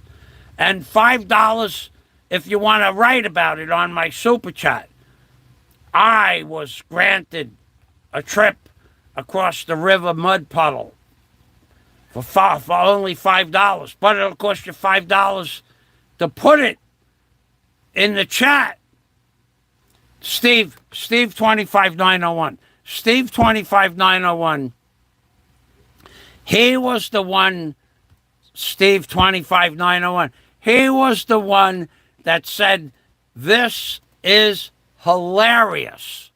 This is hilarious, believing that he's going to get away with charging people $5 to leave a comment in every video. Steve hit the nail on the head. He thought it was the funniest thing.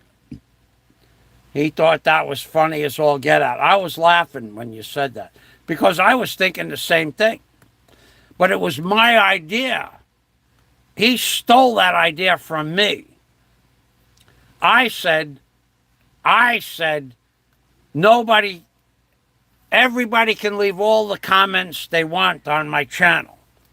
But if you want me to read your comment, how about putting a little jingle on the screen? But no money, no denomination. $1, and then everybody's comment would get read for $1. But I didn't give a number. But he went one step further, and 2 hours later he was demanding everybody pay for every show super chat for every time they want to comment. I thought that was a little bit over the top. Steve 25901 certainly knew it was over the top and said so. Steve comes out with some pretty deep stuff sometimes. Yeah. Surprised he didn't have his own Jerry Lewis Labor Day Carnival. Well, he didn't know about that. I hadn't given him the idea until 4 days ago. And my idea destroyed his channel. Made him look like a silly blogger. The concept is great. The concept, I demand $5 every time you put a chat on the screen. That's a great concept. And Jimmy Dore, Alex Jones, Ken Heron, the blogger that blogs the drones, he could say that. Those people could say that. But I can't say that. I'm not famous like that. I got a lousy tiny little channel. Oh yeah, and I bought all my subs. I never bought a sub in my life. But your channel, that guy's channel, that's growing. Steve knows Steve, tell everybody how fast some of those channels on YouTube are growing. God. And he thinks they're real, the subs. I could tell you the name of the guy buying the subs. I could tell you the address, the email address of the guy buying the subs. I could tell you why he's buying the subs. I could tell you that he's been buying the subs from the get-go. Same guy, just one guy. But I won't. Oh, I gotta know who that guy is. No, you don't have to know who that guy is. You don't have to know who he is. I could tell you how you can find the guy, too. I think I have a way.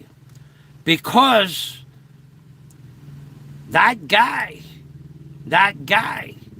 was the guy that was with the great Barry Jordan at his house, that had his back to the screen, that gave Barry the videos. All you have to do is contact Barry, offer Barry enough money to betray his best friend on YouTube, and then you'll know the guy's name. I could tell you his name, but I would never do that. So Barry knows the guy. Barry probably has video of the guy, what he looks like, and Barry knows exactly who the guy is.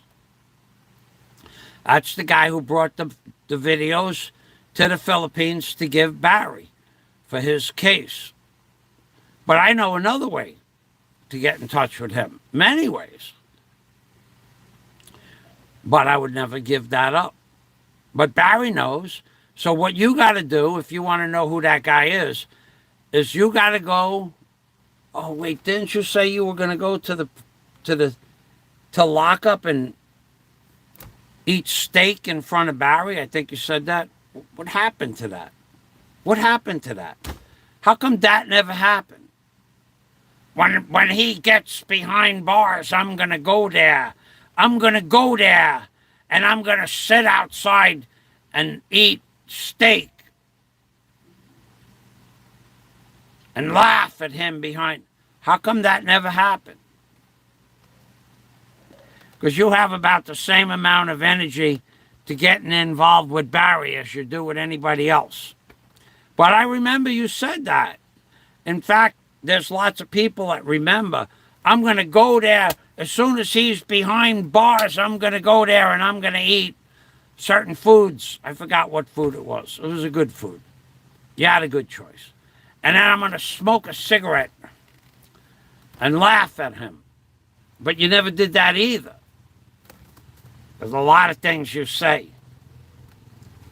Scott Del Fuego, Fazio Redux, CGI.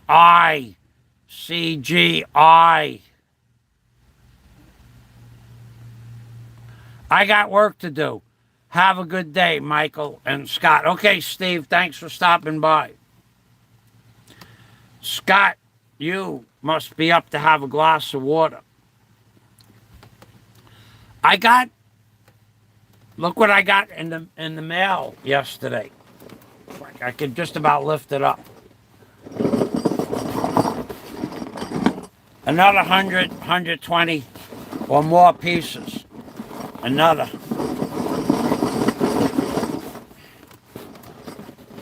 Now I got 4 boxes. I got enough for my next project.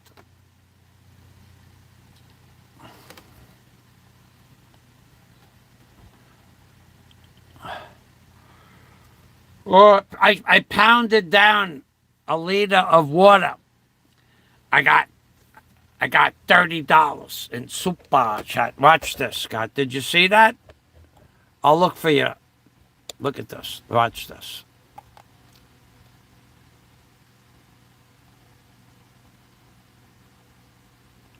Watch this, Scott. We're pounding it down. You only have to watch the end. If you just came in, Mike Hunt, you're on TV, baby. You got that big TV going? Thanks, Mike. Hey, Mike. I've been on Yad's channel and with Mick Fisher and E.T. Travels the last about a week or so. We really want to try to get everybody together in Bohol to go out to that the Lobach River Cruise. That was a liter, Scott, a full liter, and it was a super chat of 30 U.S. American dollars. $10 before I started the liter, and then for no reason, I got the super chat. It was the other guy's super chat. That super chat was supposed to go to somebody else, but they gave it to me. And what did I do? I picked up this 1 liter bottle like a real man. I said, you know what? You gave me $10. I'm going to fill up this bottle with water. Half was lemon, calamansi juice with water, and the other half was empty. And I filled it right up to the top. So you could see the water right at the top jiggling around. And I pounded it down. And another $20 appeared on the screen. Go. You go. Go, go, go, go, go. They were rooting me on. I was swallowing water. I was guzzling water. I was pounding down a liter of water. $30. 30 U.S. dollars. For something that I would have done for free. Something I'm good at. Pounding down water.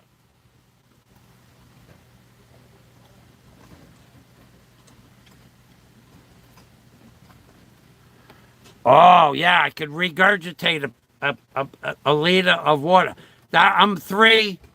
Today is 4 days away from my breatharian thing. I got to see the doctor one more time.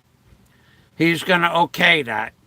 And then he told me to try it for 48 hours without drinking any water. So what is today? Today is Saturday, right? Yeah, Saturday. I'll tell you right now. I'll tell you what day the breatharian thing is going to be. Let's take a look at the calendar together. Okay, today is Saturday. We got 3 more full days.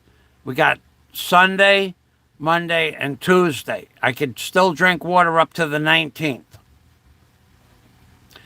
Then on the 20th, the breatharian exercise trial starts.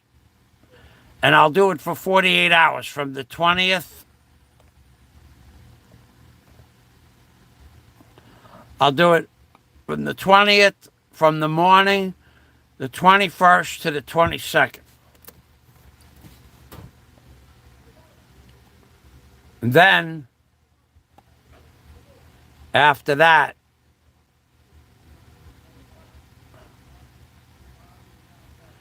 if it works and I make it and I can do it for the 20th, the 21st, and the 22nd, if I could get that under the belt, I'll continue. But if I start to get weak and pass out or anything like that, or dry, cotton mouth, I'm going to start drinking water right away, whatever. So if I can get through the 20th and the 21st, say 24 hours, we'll find out. So that's going to be my goal. 48 hours would be my first breatharian exercise. According to the doctor, he's going to take my blood pressure, he's going to take my vitals, and he's going to say, okay, breatharian, or not okay, and ask me to do some more breathing exercises. He's going to listen to the lungs, and he's going to do that stuff. I'm under doctor's supervision, that's for sure. All right, I'm done here. Thanks for stopping by. You go back to sleep. I have one more video, but I'm not going to post it now. Tomorrow morning, your time at 7 o'clock, I'm going to post a video of the big church in Tagbilaran City. I should have went on the church grounds, but I was in a hurry to get my driver's license yesterday. I really wanted to get that driver's license. Maybe Frail could try breathing the puddles dry. Well, Jem, we could give him a sippy cup. A little sippy cup and a small little strainer to strain out some of the foreign matter, the mud and stuff like that. And we could let him do a sippy cup marathon. He would make some money then. People paying him $5 to drink one sippy cup of puddle water. Oof, make a fortune. He might have, there would be takers for that. You let him go out there, sit on a chair in the middle of the puddle and take the sippy cup and dip it down. And the camera is on the sippy cup, and then sippy cup the water out of the sippy cup, and then turn it upside down and say, there's $5. I'll drink a sippy cup every time someone donates $5. I guarantee you he's going to make money that day. It's a great idea, Jim. It's a great idea. That was an amazing idea. And he could do it with a sippy cup, because real men pound it down by the liter. Sippy cup. Or he could buy some of those 3-ounce Dixie cups, the little paper ones, drink 2 or 3 of those and throw, and then get another one and drink a couple of more. And you could see him drinking, straining the hard particles out of the water and putting it into that 3-ounce Dixie cup, and then doing it like a shot, like a real man shot. Yeah, baby. Jim with the ideas. Thanks for that, Jim.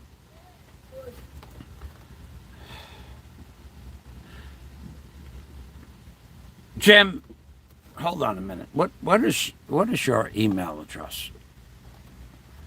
I want to compose a mail to you. JIM. How does that? Oh, I got it right here. Okay. It's OPTU.com, Australia. I got to send you a mail. Okay. Let's end this live stream the right way. End it the right way. With a banging of the pot. Frail could try breathing the puddles dry. Or he could get a sippy cup. Sippy cup. Breathe. Drink. Drink deep. Drink deep. Like the Moody Blues. Thank you. Thank you. Thank you very much, everyone. Salamat from the Philippines, baby. That's right. Oy vey and shalom. From Michael Fazio, and according to Philip Janik, the most entertaining YouTuber on YouTube.